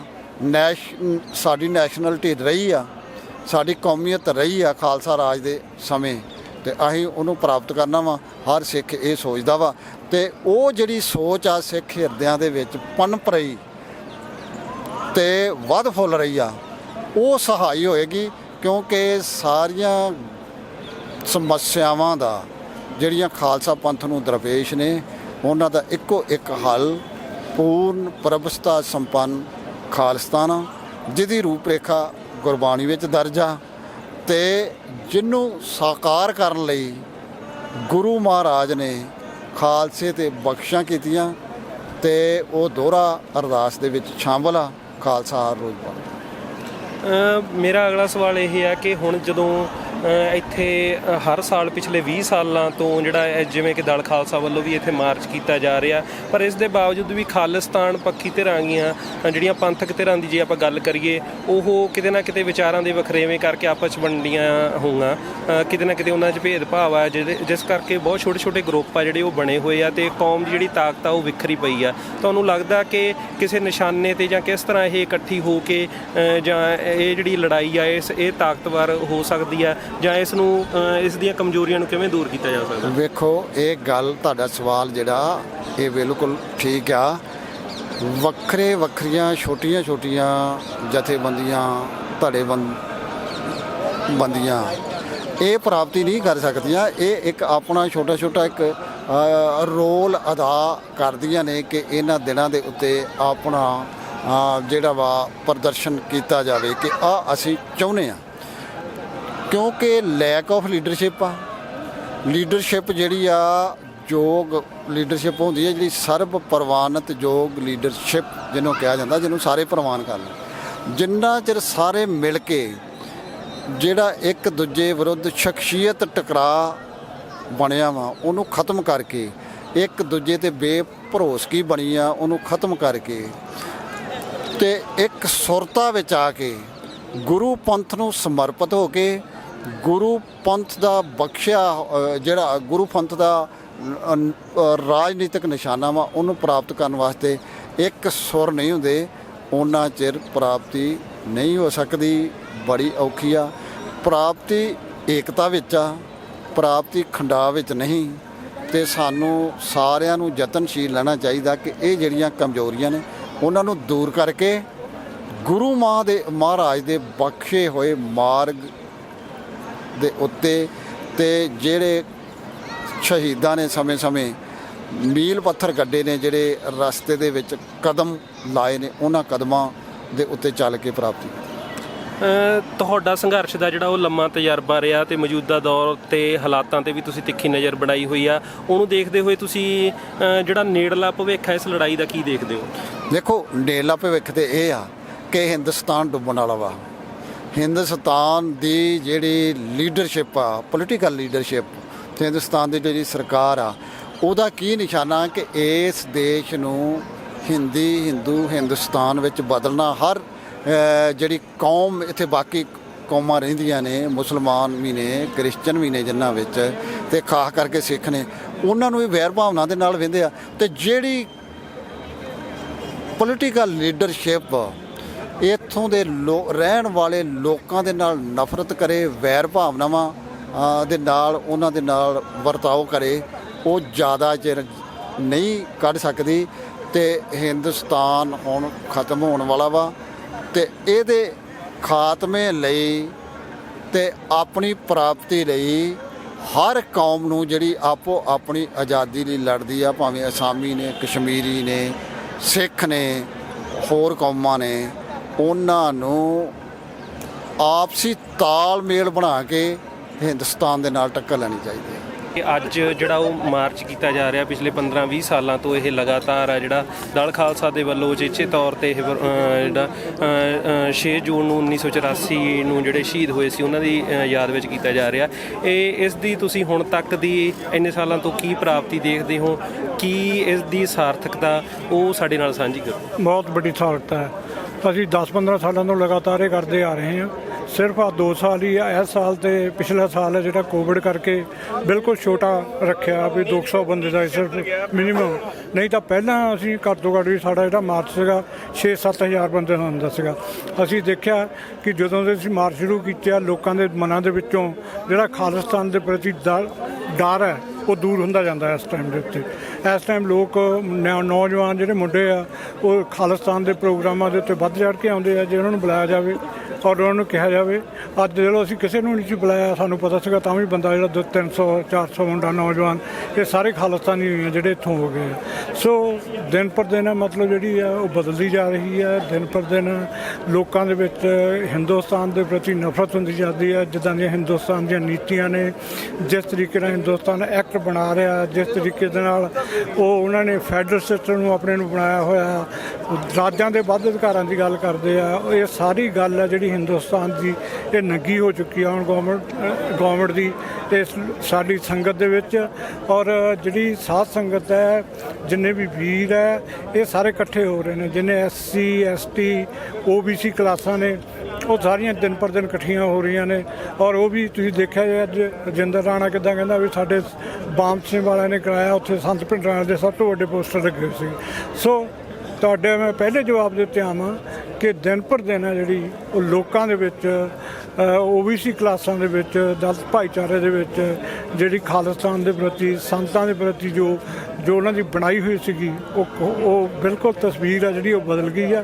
ਹੁਣ ਲੋਕ ਆ ਜਿਹੜੇ ਉਹ ਸਮਝ ਚੁੱਕੇ ਇਸ ਗੱਲ ਨੂੰ। ਜਿਵੇਂ ਕਿ ਅਸੀਂ ਜਾਣਦੇ ਹਾਂ ਕਿ ਕਿਸਾਨ ਸੰਘਰਸ਼ ਵੀ ਚੱਲ ਰਿਹਾ ਤੇ ਪੰਜਾਬ ਆ ਜਿਹੜਾ ਉਹ ਇੱਕ ਵਾਰੀ ਫੇਰ ਉੱਠਿਆ ਸੈਂਟਰ ਸਰਕਾਰ ਦੇ ਵਿਰੁੱਧ, ਸਟੇਟ ਦੇ ਵਿਰੁੱਧ ਉਹ ਜਿਹੜਾ ਗੁੱਸਾ ਆਪਣਾ ਜ਼ਾਹਿਰ ਕਰ ਰਿਹਾ। ਇਸ ਨੂੰ ਇਹ ਖਾਲਿਸਤਾਨ ਦੀ ਲੜਾਈ ਦੇ ਲਈ ਸਕਾਰਾਤਮਕ ਤੌਰ ਤੇ ਦੇਖਦੇ ਹੋ ਜਾਂ ਕਿਵੇਂ ਦੇਖਦੇ ਹੋ? ਇਹ ਤੁਹਾਡੇ ਲਈ ਫਾਇਦੇਮੰਦ ਹੋ ਸਕਦਾ ਜਾਂ ਨਹੀਂ? ਨਹੀਂ, ਦੇਖੋ ਤੁਸੀਂ 1984 ਦੀ ਉਹ ਗੱਲ ਆਓ।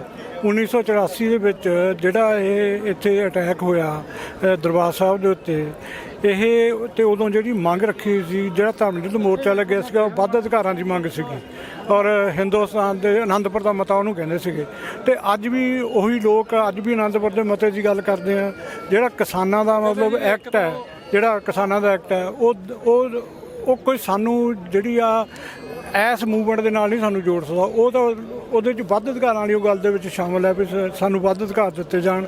ਜਿਹੜੇ ਕਿਸਾਨ ਹੈ ਜਿਹੜੇ ਉਹ ਵੱਧ ਅਧਿਕਾਰਾਂ ਦੀ ਗੱਲ ਮੰਨਦੇ ਆ। ਜੇ ਭੂਮੀ ਨਾ ਰਹੀ ਤਾਂ ਵੱਧ ਅਧਿਕਾਰ ਕੀ ਕਰਨਗੇ ਉਹਨਾਂ ਦੇ ਆਪਣਾ ਇਸ ਗੱਲ ਲਈ। ਸੋ ਅਸੀਂ ਨਹੀਂ ਸਮਝਦੇ ਵੀ ਕਿਸਾਨਾਂ ਦਾ ਜਿਹੜਾ ਅੰਦੋਲਨ ਹੈ ਉਹ ਸਾਡੇ ਕੋਈ ਖਾਲਿਸਤਾਨ ਦੀ ਮੂਵਮੈਂਟ ਲਈ ਸਾਰਥਕ ਸਿੱਧ ਹੋ ਸਕਦਾ। ਪਰ ਇੱਕ ਗੱਲ ਜ਼ਰੂਰ ਹੈ, ਕਿਸਾਨਾਂ ਦੇ ਅੰਦੋਲਨ ਨੇ ਬਹੁਤ ਨੌਜਵਾਨਾਂ ਦੇ ਵਿੱਚ ਹੈ ਜਿਹੜੀ ਸੰਤਾਂ ਦੇ ਪ੍ਰਤੀ, ਖਾਲਿਸਤਾਨ ਦੇ ਮਿਸ਼ਨ ਦੇ ਪ੍ਰਤੀ ਜਿਹੜਾ ਉਹਨਾਂ ਦਾ ਵੀ ਜਿਹੜਾ ਅੰਦਰ ਹੈ ਉਹ ਸਾਫ਼ ਹੋਇਆ। ਉਹ ਵੀ ਮਤਲਬ ਹੁਣ ਜਿੱਥੇ ਕਿਸਾਨੀ ਦੀ ਗੱਲ ਕਰਦੇ ਆ, ਨਾਲ ਉਹ ਸੰਤਾਂ ਦੀ ਵੀ ਗੱਲ ਕਰਦੇ ਆ, ਨਾਲ ਉਹ ਝੰਡੇ ਵੀ ਉਹਨਾਂ ਨੇ ਚੜ੍ਹਾਏ ਹੁੰਦੇ ਆ ਸੰਤਾਂ ਦੇ। ਸੋ ਇੱਕ ਗੱਲ ਜਿਹੜਾ ਕਿਸਾਨ ਅੰਦੋਲਨ ਦੀ ਚੰਗੀ ਹੈ ਕਿ ਸਾਡੇ ਨੌਜਵਾਨ ਆ ਜਿਹੜੇ ਸਾਡੇ ਇਸ਼ਟ ਦੇ ਨਾਲ ਜੋੜ ਰਹੇ ਆ। ਤੁਸੀਂ ਲੰਮਾ ਸਮਾਂ ਸੰਘਰਸ਼ ਨਾਲ ਜੁੜੇ ਰਹੇ ਹੋ ਤੇ ਇੰਨੇ ਸਾਲ ਦੇ ਸੰਘਰਸ਼ ਦੇ ਦੌਰਾਨ ਇਸ ਤੋਂ ਬਾਅਦ ਹੁਣ ਅਗਲੀ ਪੀੜ੍ਹੀ ਨੂੰ ਜਿਹੜੀ ਵਿਰਾਸਤ ਦੇ ਵਿੱਚ ਜਿਹੜੀ ਲੀਡਰਸ਼ਿਪ ਦੀ ਜੇ ਆਪਾਂ ਗੱਲ ਕਰੀਏ, ਇਸ ਲੜਾਈ ਨੂੰ ਅੱਗੇ ਜਾਰੀ ਰੱਖਣ ਵਿੱਚ ਤੁਸੀਂ ਕੀ ਭੂਮਿਕਾ ਮੰਨਦੇ ਹੋ? ਦੇਖੋ, ਭੂਮਿਕਾ ਤਾਂ ਇਹੀ ਮੰਨਦੇ ਹਾਂ, ਲੜਾਈ ਤੇ ਤਾਂ ਹੀ ਸਫਲ ਹੋ ਸਕਦੀ ਹੈ ਜੇ ਅਸੀਂ ਜਿਹੜੀ ਪੁਰਾਣੀ ਸਾਡੀ ਲੈਗੇਸੀ ਹੈ ਉਹ ਅਸੀਂ ਆਉਣ ਵਾਲੇ ਨੌਜਵਾਨ ਨੂੰ ਫੜਾ ਸਕੀਏ ਔਰ ਆਉਣ ਵਾਲਾ ਨੌਜਵਾਨ ਉਸ ਦੇ ਉੱਤੇ ਖੜਾ ਹੋ ਸਕੇ। ਜਦੋਂ ਤੱਕ ਇਹ ਗੱਲ ਨਹੀਂ ਹੁੰਦੀ ਹੈਗੀ, ਸਾਡਾ ਜਿਹੜੀ ਪਨੀਰੀ ਹੈ, ਸਾਡੀ ਆਉਣ ਵਾਲੀ ਜਨਰੇਸ਼ਨ ਹੈ ਉਹ ਇਸ ਲੜਾਈ ਨੂੰ ਸਾਡੀ ਨਹੀਂ ਫੜਦੀ, ਅਸੀਂ ਨਹੀਂ ਸਮਝਾਂਗੇ ਕਿ ਉਦੋਂ ਤੱਕ ਸਾਡਾ ਜਿਹੜਾ ਮਿਸ਼ਨ ਹੈ ਜਿਹੜਾ ਉਹ ਕੰਪਲੀਟ ਨਹੀਂ ਹੋ ਸਕਦਾ। ਇਸ ਲੜਾਈ ਦਾ ਆਪਣੇ ਤਜਰਬੇ ਦੇ, ਸੰਘਰਸ਼ ਦੇ ਤਜਰਬੇ ਦੀ ਨਿਗਾਹ ਨਾਲ ਤੁਸੀਂ ਇਸ ਨੇੜਲਾ ਭਵਿੱਖ ਕੀ ਦੇਖਦੇ ਹੋ? ਦੇਖੋ, ਨੇੜਲਾ ਭਵਿੱਖ ਤਾਂ ਅਸੀਂ ਇਹ ਦੇਖਦੇ ਹਾਂ ਵੀ ਹੌਲੀ ਹੌਲੀ ਜਿਹੜੀ ਲੜਾਈ ਹੈ ਉਹ ਸਾਡੇ ਖਾਲਿਸਤਾਨ ਦੀ ਮੂਵਮੈਂਟ ਵੱਲ, ਸਾਡੇ ਅਧਿਕਾਰ ਵੱਲ ਜਾ ਰਹੀ ਹੈ। ਦੁਨੀਆ ਜਿਹੜੀ ਹਿੰਦੁਸਤਾਨ ਦੀ ਹੈ ਉਹ BJP ਪਾਰਟੀ ਤੋਂ ਹੋਰ ਜਿਹੜੀਆਂ ਇੱਦਾਂ ਦੀਆਂ ਪਾਰਟੀਆਂ ਨੇ ਜਿਹੜੀਆਂ ਇੱਕ ਨੇਸ਼ਨ ਦੀ ਗੱਲ ਕਰਦੀਆਂ ਨੇ, ਹਿੰਦੂ ਰਿਲੇਟਡ ਨੇ, ਹਿੰਦੂ ਕੱਟੜ ਪਾਰਟੀਆਂ ਨੇ, ਉਹਨਾਂ ਵੱਲ ਉਹਨਾਂ ਦੀ ਨਫ਼ਰਤ ਹੈ ਜਿਹੜੀ ਵੱਧਦੀ ਜਾ ਰਹੀ ਹੈ। ਹਰ ਹਾਲ ਦੇ ਵਿੱਚ ਇੱਕ ਦਿਨ ਇੱਦਾਂ ਦਾ ਆਏਗਾ ਜਦੋਂ ਹਿੰਦੁਸਤਾਨ ਦੇ 5-6 ਟੋਟੇ ਹੋਣਗੇ ਔਰ ਉਹਨਾਂ ਇੱਕ ਟੋਟਿਆਂ ਦੇ ਵਿੱਚ ਖਾਲਿਸਤਾਨ ਵੀ ਹੋਏਗਾ।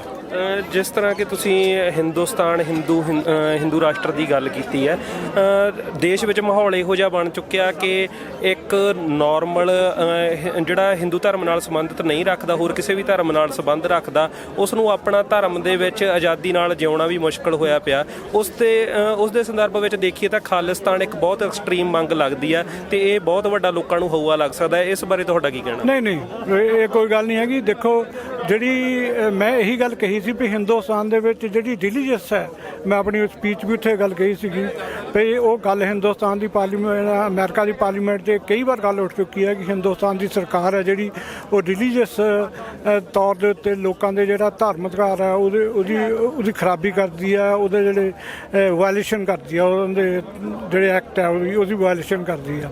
ਸੋ ਬਿਲਕੁਲ ਨਹੀਂ ਇਹ ਗੱਲ ਸਿੱਧ ਕਰਦੀ, ਸਗੋਂ ਲੋਕ ਇਹਨਾਂ ਦੇ ਜਿਹੜਾ ਇੱਕ ਧਰਮ ਹੈ ਉਹ ਤੋਂ ਔਖੇ ਹੋ ਚੁੱਕੇ ਆ। ਜਿੱਦਾਂ ਇਹਨਾਂ ਨੇ ਪਿਛਲੇ ਸਮੇਂ ਦੇ ਵਿੱਚ ਲੋਕਾਂ ਦਾ ਮੀਟ ਕੱਢ ਕੇ ਲੋਕਾਂ ਦੀਆਂ ਫਰਿੱਜਾਂ 'ਚੋਂ ਲੋਕ ਮਾਰ ਦਿੱਤੇ।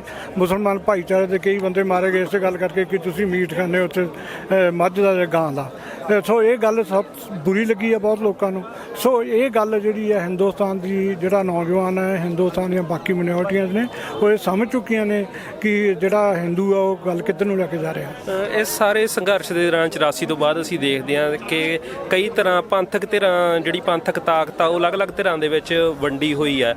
ਤੁਹਾਨੂੰ ਕੀ ਲੱਗਦਾ ਕਿ ਇਹ ਸਾਡੀ ਕਿਤੇ ਨਾ ਕਿਤੇ ਕੋਈ ਕਮਜ਼ੋਰੀ ਆ ਜਾਂ ਘਾਟ ਆ, ਜਾਂ ਇਸ ਨੂੰ ਜਥੇਬੰਦ ਹੋਰ ਤਰੀਕੇ ਨਾਲ ਕੀਤਾ ਜਾ ਸਕਦਾ, ਜਾਂ ਇਸ ਦਾ ਲੜਾਈ ਨੂੰ ਤਾਕਤ ਦੇਣ ਲਈ ਕੀ ਭੂਮਿਕਾ ਨਿਭਾਈ ਜਾ ਸਕਦੀ ਹੈ? ਦੇਖੋ, 1984 ਤੋਂ ਬਾਅਦ, ਜੂਨ 1984 ਤੋਂ ਬਾਅਦ ਸਿੱਖ ਕੌਮ ਹੈ ਜਿਹੜੀ ਉਹ ਦੋ ਹਿੱਸਿਆਂ ਦੇ ਵਿੱਚ ਵੰਡੀ ਗਈ ਹੈ। ਇੱਕ ਉਹ ਲੋਕ ਨੇ ਜਿਹੜੇ ਕਿ ਹਿੰਦੁਸਤਾਨ ਦੇ ਨਾਲ ਚੱਲਦੇ ਨੇ, ਹਿੰਦੁਸਤਾਨ ਦੀਆਂ ਜਿਹੜੀਆਂ ਪਾਲਿਸੀਜ਼ ਨੇ ਉਹਨਾਂ ਦੇ ਨਾਲ ਚੱਲਦੇ ਨੇ, ਉਹਨਾਂ ਦੀਆਂ ਰਵਾਇਤੀ ਪਾਰਟੀਆਂ, ਚਾਹੇ ਉਹ ਕਾਂਗਰਸ ਦੇ ਮੈਂਬਰ ਨੇ, ਸ਼੍ਰੋਮਣੀ ਅਕਾਲੀ ਦਲ ਬਾਦਲ ਦੇ ਮੈਂਬਰ ਨੇ, ਆਪ ਆਦਮੀ ਪਾਰਟੀ ਦੇ ਮੈਂਬਰ ਨੇ, ਉਹ ਬੰਦੇ ਨੇ ਸਿੱਖ। ਇੱਕ ਉਹ ਸਿੱਖ ਨੇ ਜਿਹੜੇ ਬਿਲਕੁਲ ਉਹ ਇਹ ਗੱਲ ਮੰਨ ਚੁੱਕੇ ਆ ਸਾਡੇ ਵਰਗੇ ਵੀ ਹੁਣ ਲੜਾਈ ਹੈ ਜਿਹੜੀ ਖਾਲਿਸਤਾਨ ਤੋਂ ਘੱਟ ਨਹੀਂ ਹੋਣੀ ਹੈਗੀ। ਤੁਹਾਨੂੰ ਉਹ ਗੁੱਟਬੰਦੀ ਆ ਜਿਹੜੀ ਇਸ ਕਰਕੇ ਦਿਖ ਰਹੀ ਆ ਵੀ ਜਿਹੜੀ ਉਹਨਾਂ 'ਚ ਵੀ ਗੁੱਟਬੰਦੀ ਕਾਫੀ ਕਲਾਸਾਂ ਨੇ, ਸਾਡੇ 'ਚ ਵੀ ਗੁੱਟਬੰਦੀ ਕਾਫੀ ਹੈ। ਇਸ ਗੱਲ ਦੇ ਮੰਨਣ ਵਾਲੀ ਜਿਹੜੀ ਗੱਲ ਹੈ, ਔਰ ਅਸੀਂ ਕੋਸ਼ਿਸ਼ ਕਰ ਰਹੇ ਹਾਂ ਇਸ ਗੱਲ ਨੂੰ ਵੀ ਗੁੱਟਬੰਦੀ ਹੈ ਜਿਹੜੀ ਖਤਮ ਕੀਤੀ ਜਾਵੇ। ਅੱਜ ਉੱਥੇ ਵੀ ਹਾਲ 'ਚ ਵੀ 3-4 ਬੁਲਾਰਿਆਂ ਨੇ ਇਹ ਗੱਲ ਕਹੀ ਹੈ ਵੀ ਸਾਨੂੰ ਛੋਟੇ ਜਿਹੜੇ ਆਪਣੇ ਆ ਉਹ ਕੱਢਣੇ ਚਾਹੀਦੇ ਆ, ਅਕਸ਼ ਜਿਹੜੇ ਆਪਣੇ ਕੋਈ ਸਾਡੇ ਇੱਕ ਦੂਜੇ ਨਾਲ ਬਖਰੇਵੇਂ ਉਹ ਦੂਰ ਕਰਨੇ ਚਾਹੀਦੇ ਆ ਆਪਾਂ ਨੂੰ, ਔਰ ਇਕੱਠੇ ਹੋਣਾ ਚਾਹੀਦਾ ਇੱਕ ਪਲੇਟਫਾਰਮ 'ਤੇ, ਔਰ ਇੱਕ ਪਲੇਟਫਾਰਮ ਇਕੱਠੇ ਹੋ ਕੇ ਲੜਾਈ ਲੜਨੀ ਚਾਹੀਦੀ ਹੈ। ਇਹ ਸੰਘਰਸ਼ ਦਾ ਵਿਰਸਾ ਜੇਕਰ ਅਗਲੀ ਪੀੜ੍ਹੀ ਤੱਕ ਪਹੁੰਚਾਉਣ ਦੀ ਗੱਲ ਕਰੀਏ ਤਾਂ ਇਸ ਲੈਗੇਸੀ ਨੂੰ ਅੱਗੇ ਲਗਾਤਾਰ ਬਰਕਰਾਰਤਾ ਦੇ ਵਿੱਚ ਰੱਖਣ ਲਈ ਤੁਸੀਂ ਕੀ ਦੇਖਦੇ ਹੋ ਕਿ ਕੀ ਹੁਣ ਤੱਕ ਜਿਹੜੇ ਪਲੇਟਫਾਰਮ ਨੌਜਵਾਨਾਂ ਨੂੰ ਜਾਂ ਦਿੱਤਾ ਜਾ ਰਿਹਾ, ਜਾਂ ਕੀ ਇਹਦੇ ਤੁਸੀਂ ਪ੍ਰਾਪਤੀਆਂ ਦੇਖਦੇ ਹੋ? ਦੇਖੋ, ਦਲ ਖਾਲਸਾ ਨੇ ਇਸ ਗੱਲ ਦਾ ਫੈਸਲਾ ਕੀਤਾ ਹੈ ਫਿਰ ਸਾਡਾ ਜਿਹੜਾ ਅਗਲਾ ਸਾਡੀ ਜਿਹੜੀ ਲੀਡਰਸ਼ਿਪ ਹੋਊਗੀ ਬਿਲਕੁਲ ਸਾਰੀ ਨੌਜਵਾਨ ਹੋਊਗੀ। ਘੱਟ ਤੋਂ ਘੱਟ 80% ਤਾਂ ਨੌਜਵਾਨ ਹੋਣਗੇ, 10-20% ਹੈ ਜਿਹੜੇ ਉਹਨਾਂ ਉੱਪਰਲੀ ਲੀਡਰਸ਼ਿਪ 'ਚੋਂ ਸਾਡੇ ਚਿੱਟੀਆਂ ਦਾੜੀਆਂ ਵਾਲੇ ਆਉਣਗੇ। ਔਰ ਅਸੀਂ ਬਿਲਕੁਲ ਜਿਹੜੇ ਵੀ ਹੋਰ ਵੀ ਅਸੀਂ ਜਿੱਥੇ ਵੀ ਸਾਡਾ ਮਤਲਬ ਜਿਹੜੀਆਂ ਸਾਡੀਆਂ ਸਹਿਯੋਗੀ ਪਾਰਟੀਆਂ ਨੇ ਜਾਂ ਜਿਨ੍ਹਾਂ ਦੇ ਨਾਲ ਸਾਡਾ ਚੰਗਾ ਰਾਬਤਾ ਆ, ਸਾਡੀ ਚੰਗੀ ਸਾਂਝ ਹੈ, ਉਹਨਾਂ ਨੂੰ ਅਸੀਂ ਇਹ ਗੱਲ ਕਹਿੰਦੇ ਹਾਂ ਵੀ ਜਦ ਤੱਕ ਆਪਾਂ ਆਪਣੇ ਨੌਜਵਾਨ ਨੂੰ ਅੱਗੇ ਲਿਆ ਕੇ ਉਹਨੂੰ ਅਸੀਂ ਲੀਡਰਸ਼ਿਪ ਦੇ ਰੋਲ ਦੇ ਵਿੱਚ ਨਹੀਂ ਲੈ ਕੇ ਆਵਾਂਗੇ, ਉਹਨੂੰ ਇਹ ਲੈਗੇਸੀ ਨਹੀਂ ਕਰਾਂਗੇ ਪਾਸ ਆਨ, ਉਦੋਂ ਤੱਕ ਹੈ ਜਿਹੜੀ ਅਸੀਂ ਖਾਲਿਸਤਾਨ ਦੀ ਲੜਾਈ ਆ ਕਦੇ ਨਹੀਂ। ਜੋ ਪ੍ਰੋਗਰਾਮ ਦਿੱਤਾ ਜਾ ਰਿਹਾ ਪੈਦਲ ਮਾਰਚ ਦਾ ਅੱਜ ਕੀਤਾ ਜਾ ਰਿਹਾ, ਖਾਲਿਸਤਾਨ ਡੇ ਆ ਜਿਹੜਾ ਉਹ ਕੱਲ੍ਹ ਨੂੰ ਮਨਾਉਣ ਜਾ ਰਿਹਾ, ਇਹਦੇ ਬਾਰੇ ਸਾਰੀ ਜਾਣਕਾਰੀ ਦਿਓ। ਕਿੰਨਾ ਦਾ ਹੈ ਇਸ ਪ੍ਰੋਗਰਾਮ ਦੇ ਵਿੱਚ ਸਹਿਯੋਗ ਆ, ਕਿਹੜੀਆਂ ਜਥੇਬੰਦੀਆਂ ਜਾਂ ਪੰਥਕ ਜਥੇਬੰਦੀਆਂ ਇਸ ਨਾਲ ਜੁੜੀਆਂ ਹੋਈਆਂ? ਦੇਖੋ, ਇਹ ਕਰੀਬ 20 ਸਾਲ ਤੋਂ ਜ਼ਿਆਦਾ ਸਮਾਂ ਹੋ ਗਿਆ ਦਲ ਖਾਲਸਾ ਹਰ ਸਾਲ 5 ਜੂਨ ਨੂੰ ਮਾਰਚ ਕੱਢਦਾ ਹੁੰਦਾ, ਕਾਫੀ ਲੰਬਾ ਅੰਮ੍ਰਿਤਸਰ 'ਚ। ਲੇਕਿਨ ਲਾਸਟ ਈਅਰ ਉਹ ਇਸ ਸਾਲ ਬਿਮਾਰੀ ਦੀ ਵਜ੍ਹਾ ਕਰਕੇ ਉਹ ਅਸੀਂ ਨਹੀਂ ਕੱਢਿਆ। ਲੇਕਿਨ ਅਸੀਂ ਥੋੜ੍ਹੀ ਜਿਹੀ ਆਪਣੇ ਚੁਣੰਦਾ ਕਾਰਜਕਰਤਾ ਕਹਿ ਲਓ ਜਿਹੜੇ ਸਾਡੇ ਮੈਂਬਰਸ ਹੈ ਉਹਦੇ ਨਾਲ ਉੱਥੇ ਕਾਨਫਰੰਸ ਕੀਤੀ, ਉਹਨਾਂ ਸ਼ਹੀਦਾਂ ਨੂੰ ਸ਼ਰਧਾਂਜਲੀ ਭੇਂਟ ਕੀਤੀ, ਉਹਨਾਂ ਦੇ ਜਿਹੜੇ ਨਿਸ਼ਾਨੇ ਸੀ ਉਹਨਾਂ ਦੇ ਪ੍ਰਤੀ ਆਪਣੀ ਕਮਿਟਮੈਂਟ ਦੁਹਰਾਈ ਕਿ ਅਸੀਂ ਉਦੋਂ ਤੱਕ ਚੈਨ ਨਾਲ ਨਹੀਂ ਬੈਠਾਂਗੇ ਜਦੋਂ ਤੱਕ ਅਸੀਂ ਆਜ਼ਾਦ ਨਹੀਂ ਹੋ ਜਾਂਦੇ। ਸਾਨੂੰ ਇਸ ਸਿਸਟਮ 'ਚ ਇੰਡੀਅਨ ਪਾਰਲੀਮੈਂਟਰੀ ਸਿਸਟਮ ਜਾਂ ਜੋ ਡੈਮੋਕ੍ਰੈਟਿਕ ਸਿਸਟਮ ਕਹਿੰਦੇ ਆ, ਚੋਣਾਂ ਆ, ਕਾਂਗਰਸ BJP ਪਾਰਟੀ, ਇਹਦੇ ਤੋਂ ਇਨਸਾਫ ਨਹੀਂ। ਅਸੀਂ ਆਪਣੀਆਂ ਰਵਾਇਤਾਂ ਅਨੁਸਾਰ, ਖਾਲਸਾਈ ਰਵਾਇਤਾਂ ਅਨੁਸਾਰ ਪੰਜਾਬ ਦੇ ਵਿੱਚ ਖਾਲਸਾ ਰਾਜ ਐਸਟੈਬਲਿਸ਼ ਕਰਨਾ ਚਾਹੁੰਦੇ ਹਾਂ। ਜਿਵੇਂ ਕਿ ਤੁਸੀਂ ਦੱਸਿਆ ਕਿ ਪਿਛਲੇ 20 ਸਾਲਾਂ ਤੋਂ ਲਗਭਗ ਇਹ ਜਿਹੜਾ ਮਾਰਚ ਹੈ ਦਲ ਖਾਲਸਾ ਵੱਲੋਂ ਕੀਤਾ ਜਾ ਰਿਹਾ, ਤੁਸੀਂ ਇਸ ਦੀ ਕੀ ਸਾਰਥਕਤਾ ਦੇਖਦੇ ਹੋ ਕਿ 20 ਸਾਲਾਂ ਦੇ ਵਿੱਚ ਕੀ ਪ੍ਰੋਗਰੈਸ਼ਨ ਹੋਈ ਆ? ਕੀ ਤੁਹਾਡੇ ਨਾਲ ਨੌਜਵਾਨ ਤਬਕਾ ਜਾਂ ਹੋਰ ਮੋਬਿਲਾਈਜੇਸ਼ਨ ਆ ਉਹ ਤੁਸੀਂ ਕਰਨ ਵਿੱਚ ਕਾਮਯਾਬ ਹੋਏ ਆ? ਤੁਸੀਂ ਇਸ ਕਾਰਗੁਜ਼ਾਰੀ ਤੋਂ ਸੰਤੁਸ਼ਟ ਹੋ?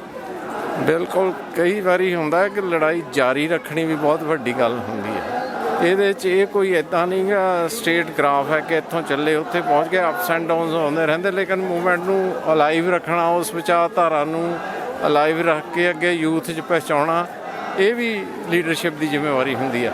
ਪਰ ਅਸੀਂ ਇਹਦੇ ਵਿੱਚ ਬਹੁਤ ਕਾਮਯਾਬ ਹੈ। ਸਾਡੀ ਜਿਹੜੀ ਯੂਥ ਹੈ ਉਹ ਵੈਲ ਐਨਲਾਈਟਡ ਹੈ, ਉਹਨਾਂ ਨੂੰ ਸਭ ਪਤਾ। ਜਿਹੜੇ 84 ਤੋਂ ਬਾਅਦ ਬੋਰਨ ਹੋਏ ਤੁਸੀਂ ਦੇਖ ਸਕਦੇ ਹੁਣ ਉਹੀ ਲੀਡ ਕਰ ਰਹੇ, ਔਰ ਉਹਨਾਂ ਦੇ ਅੰਦਰ ਉਹੀ ਜਜ਼ਬਾ ਆ ਜਿਹੜਾ 84 ਦੇ ਜਿਹਨਾਂ ਸ਼ਹੀਦੀਆਂ ਪਾਈਆਂ ਉਹਨਾਂ ਸਿੰਘਾਂ 'ਚ ਸੀ।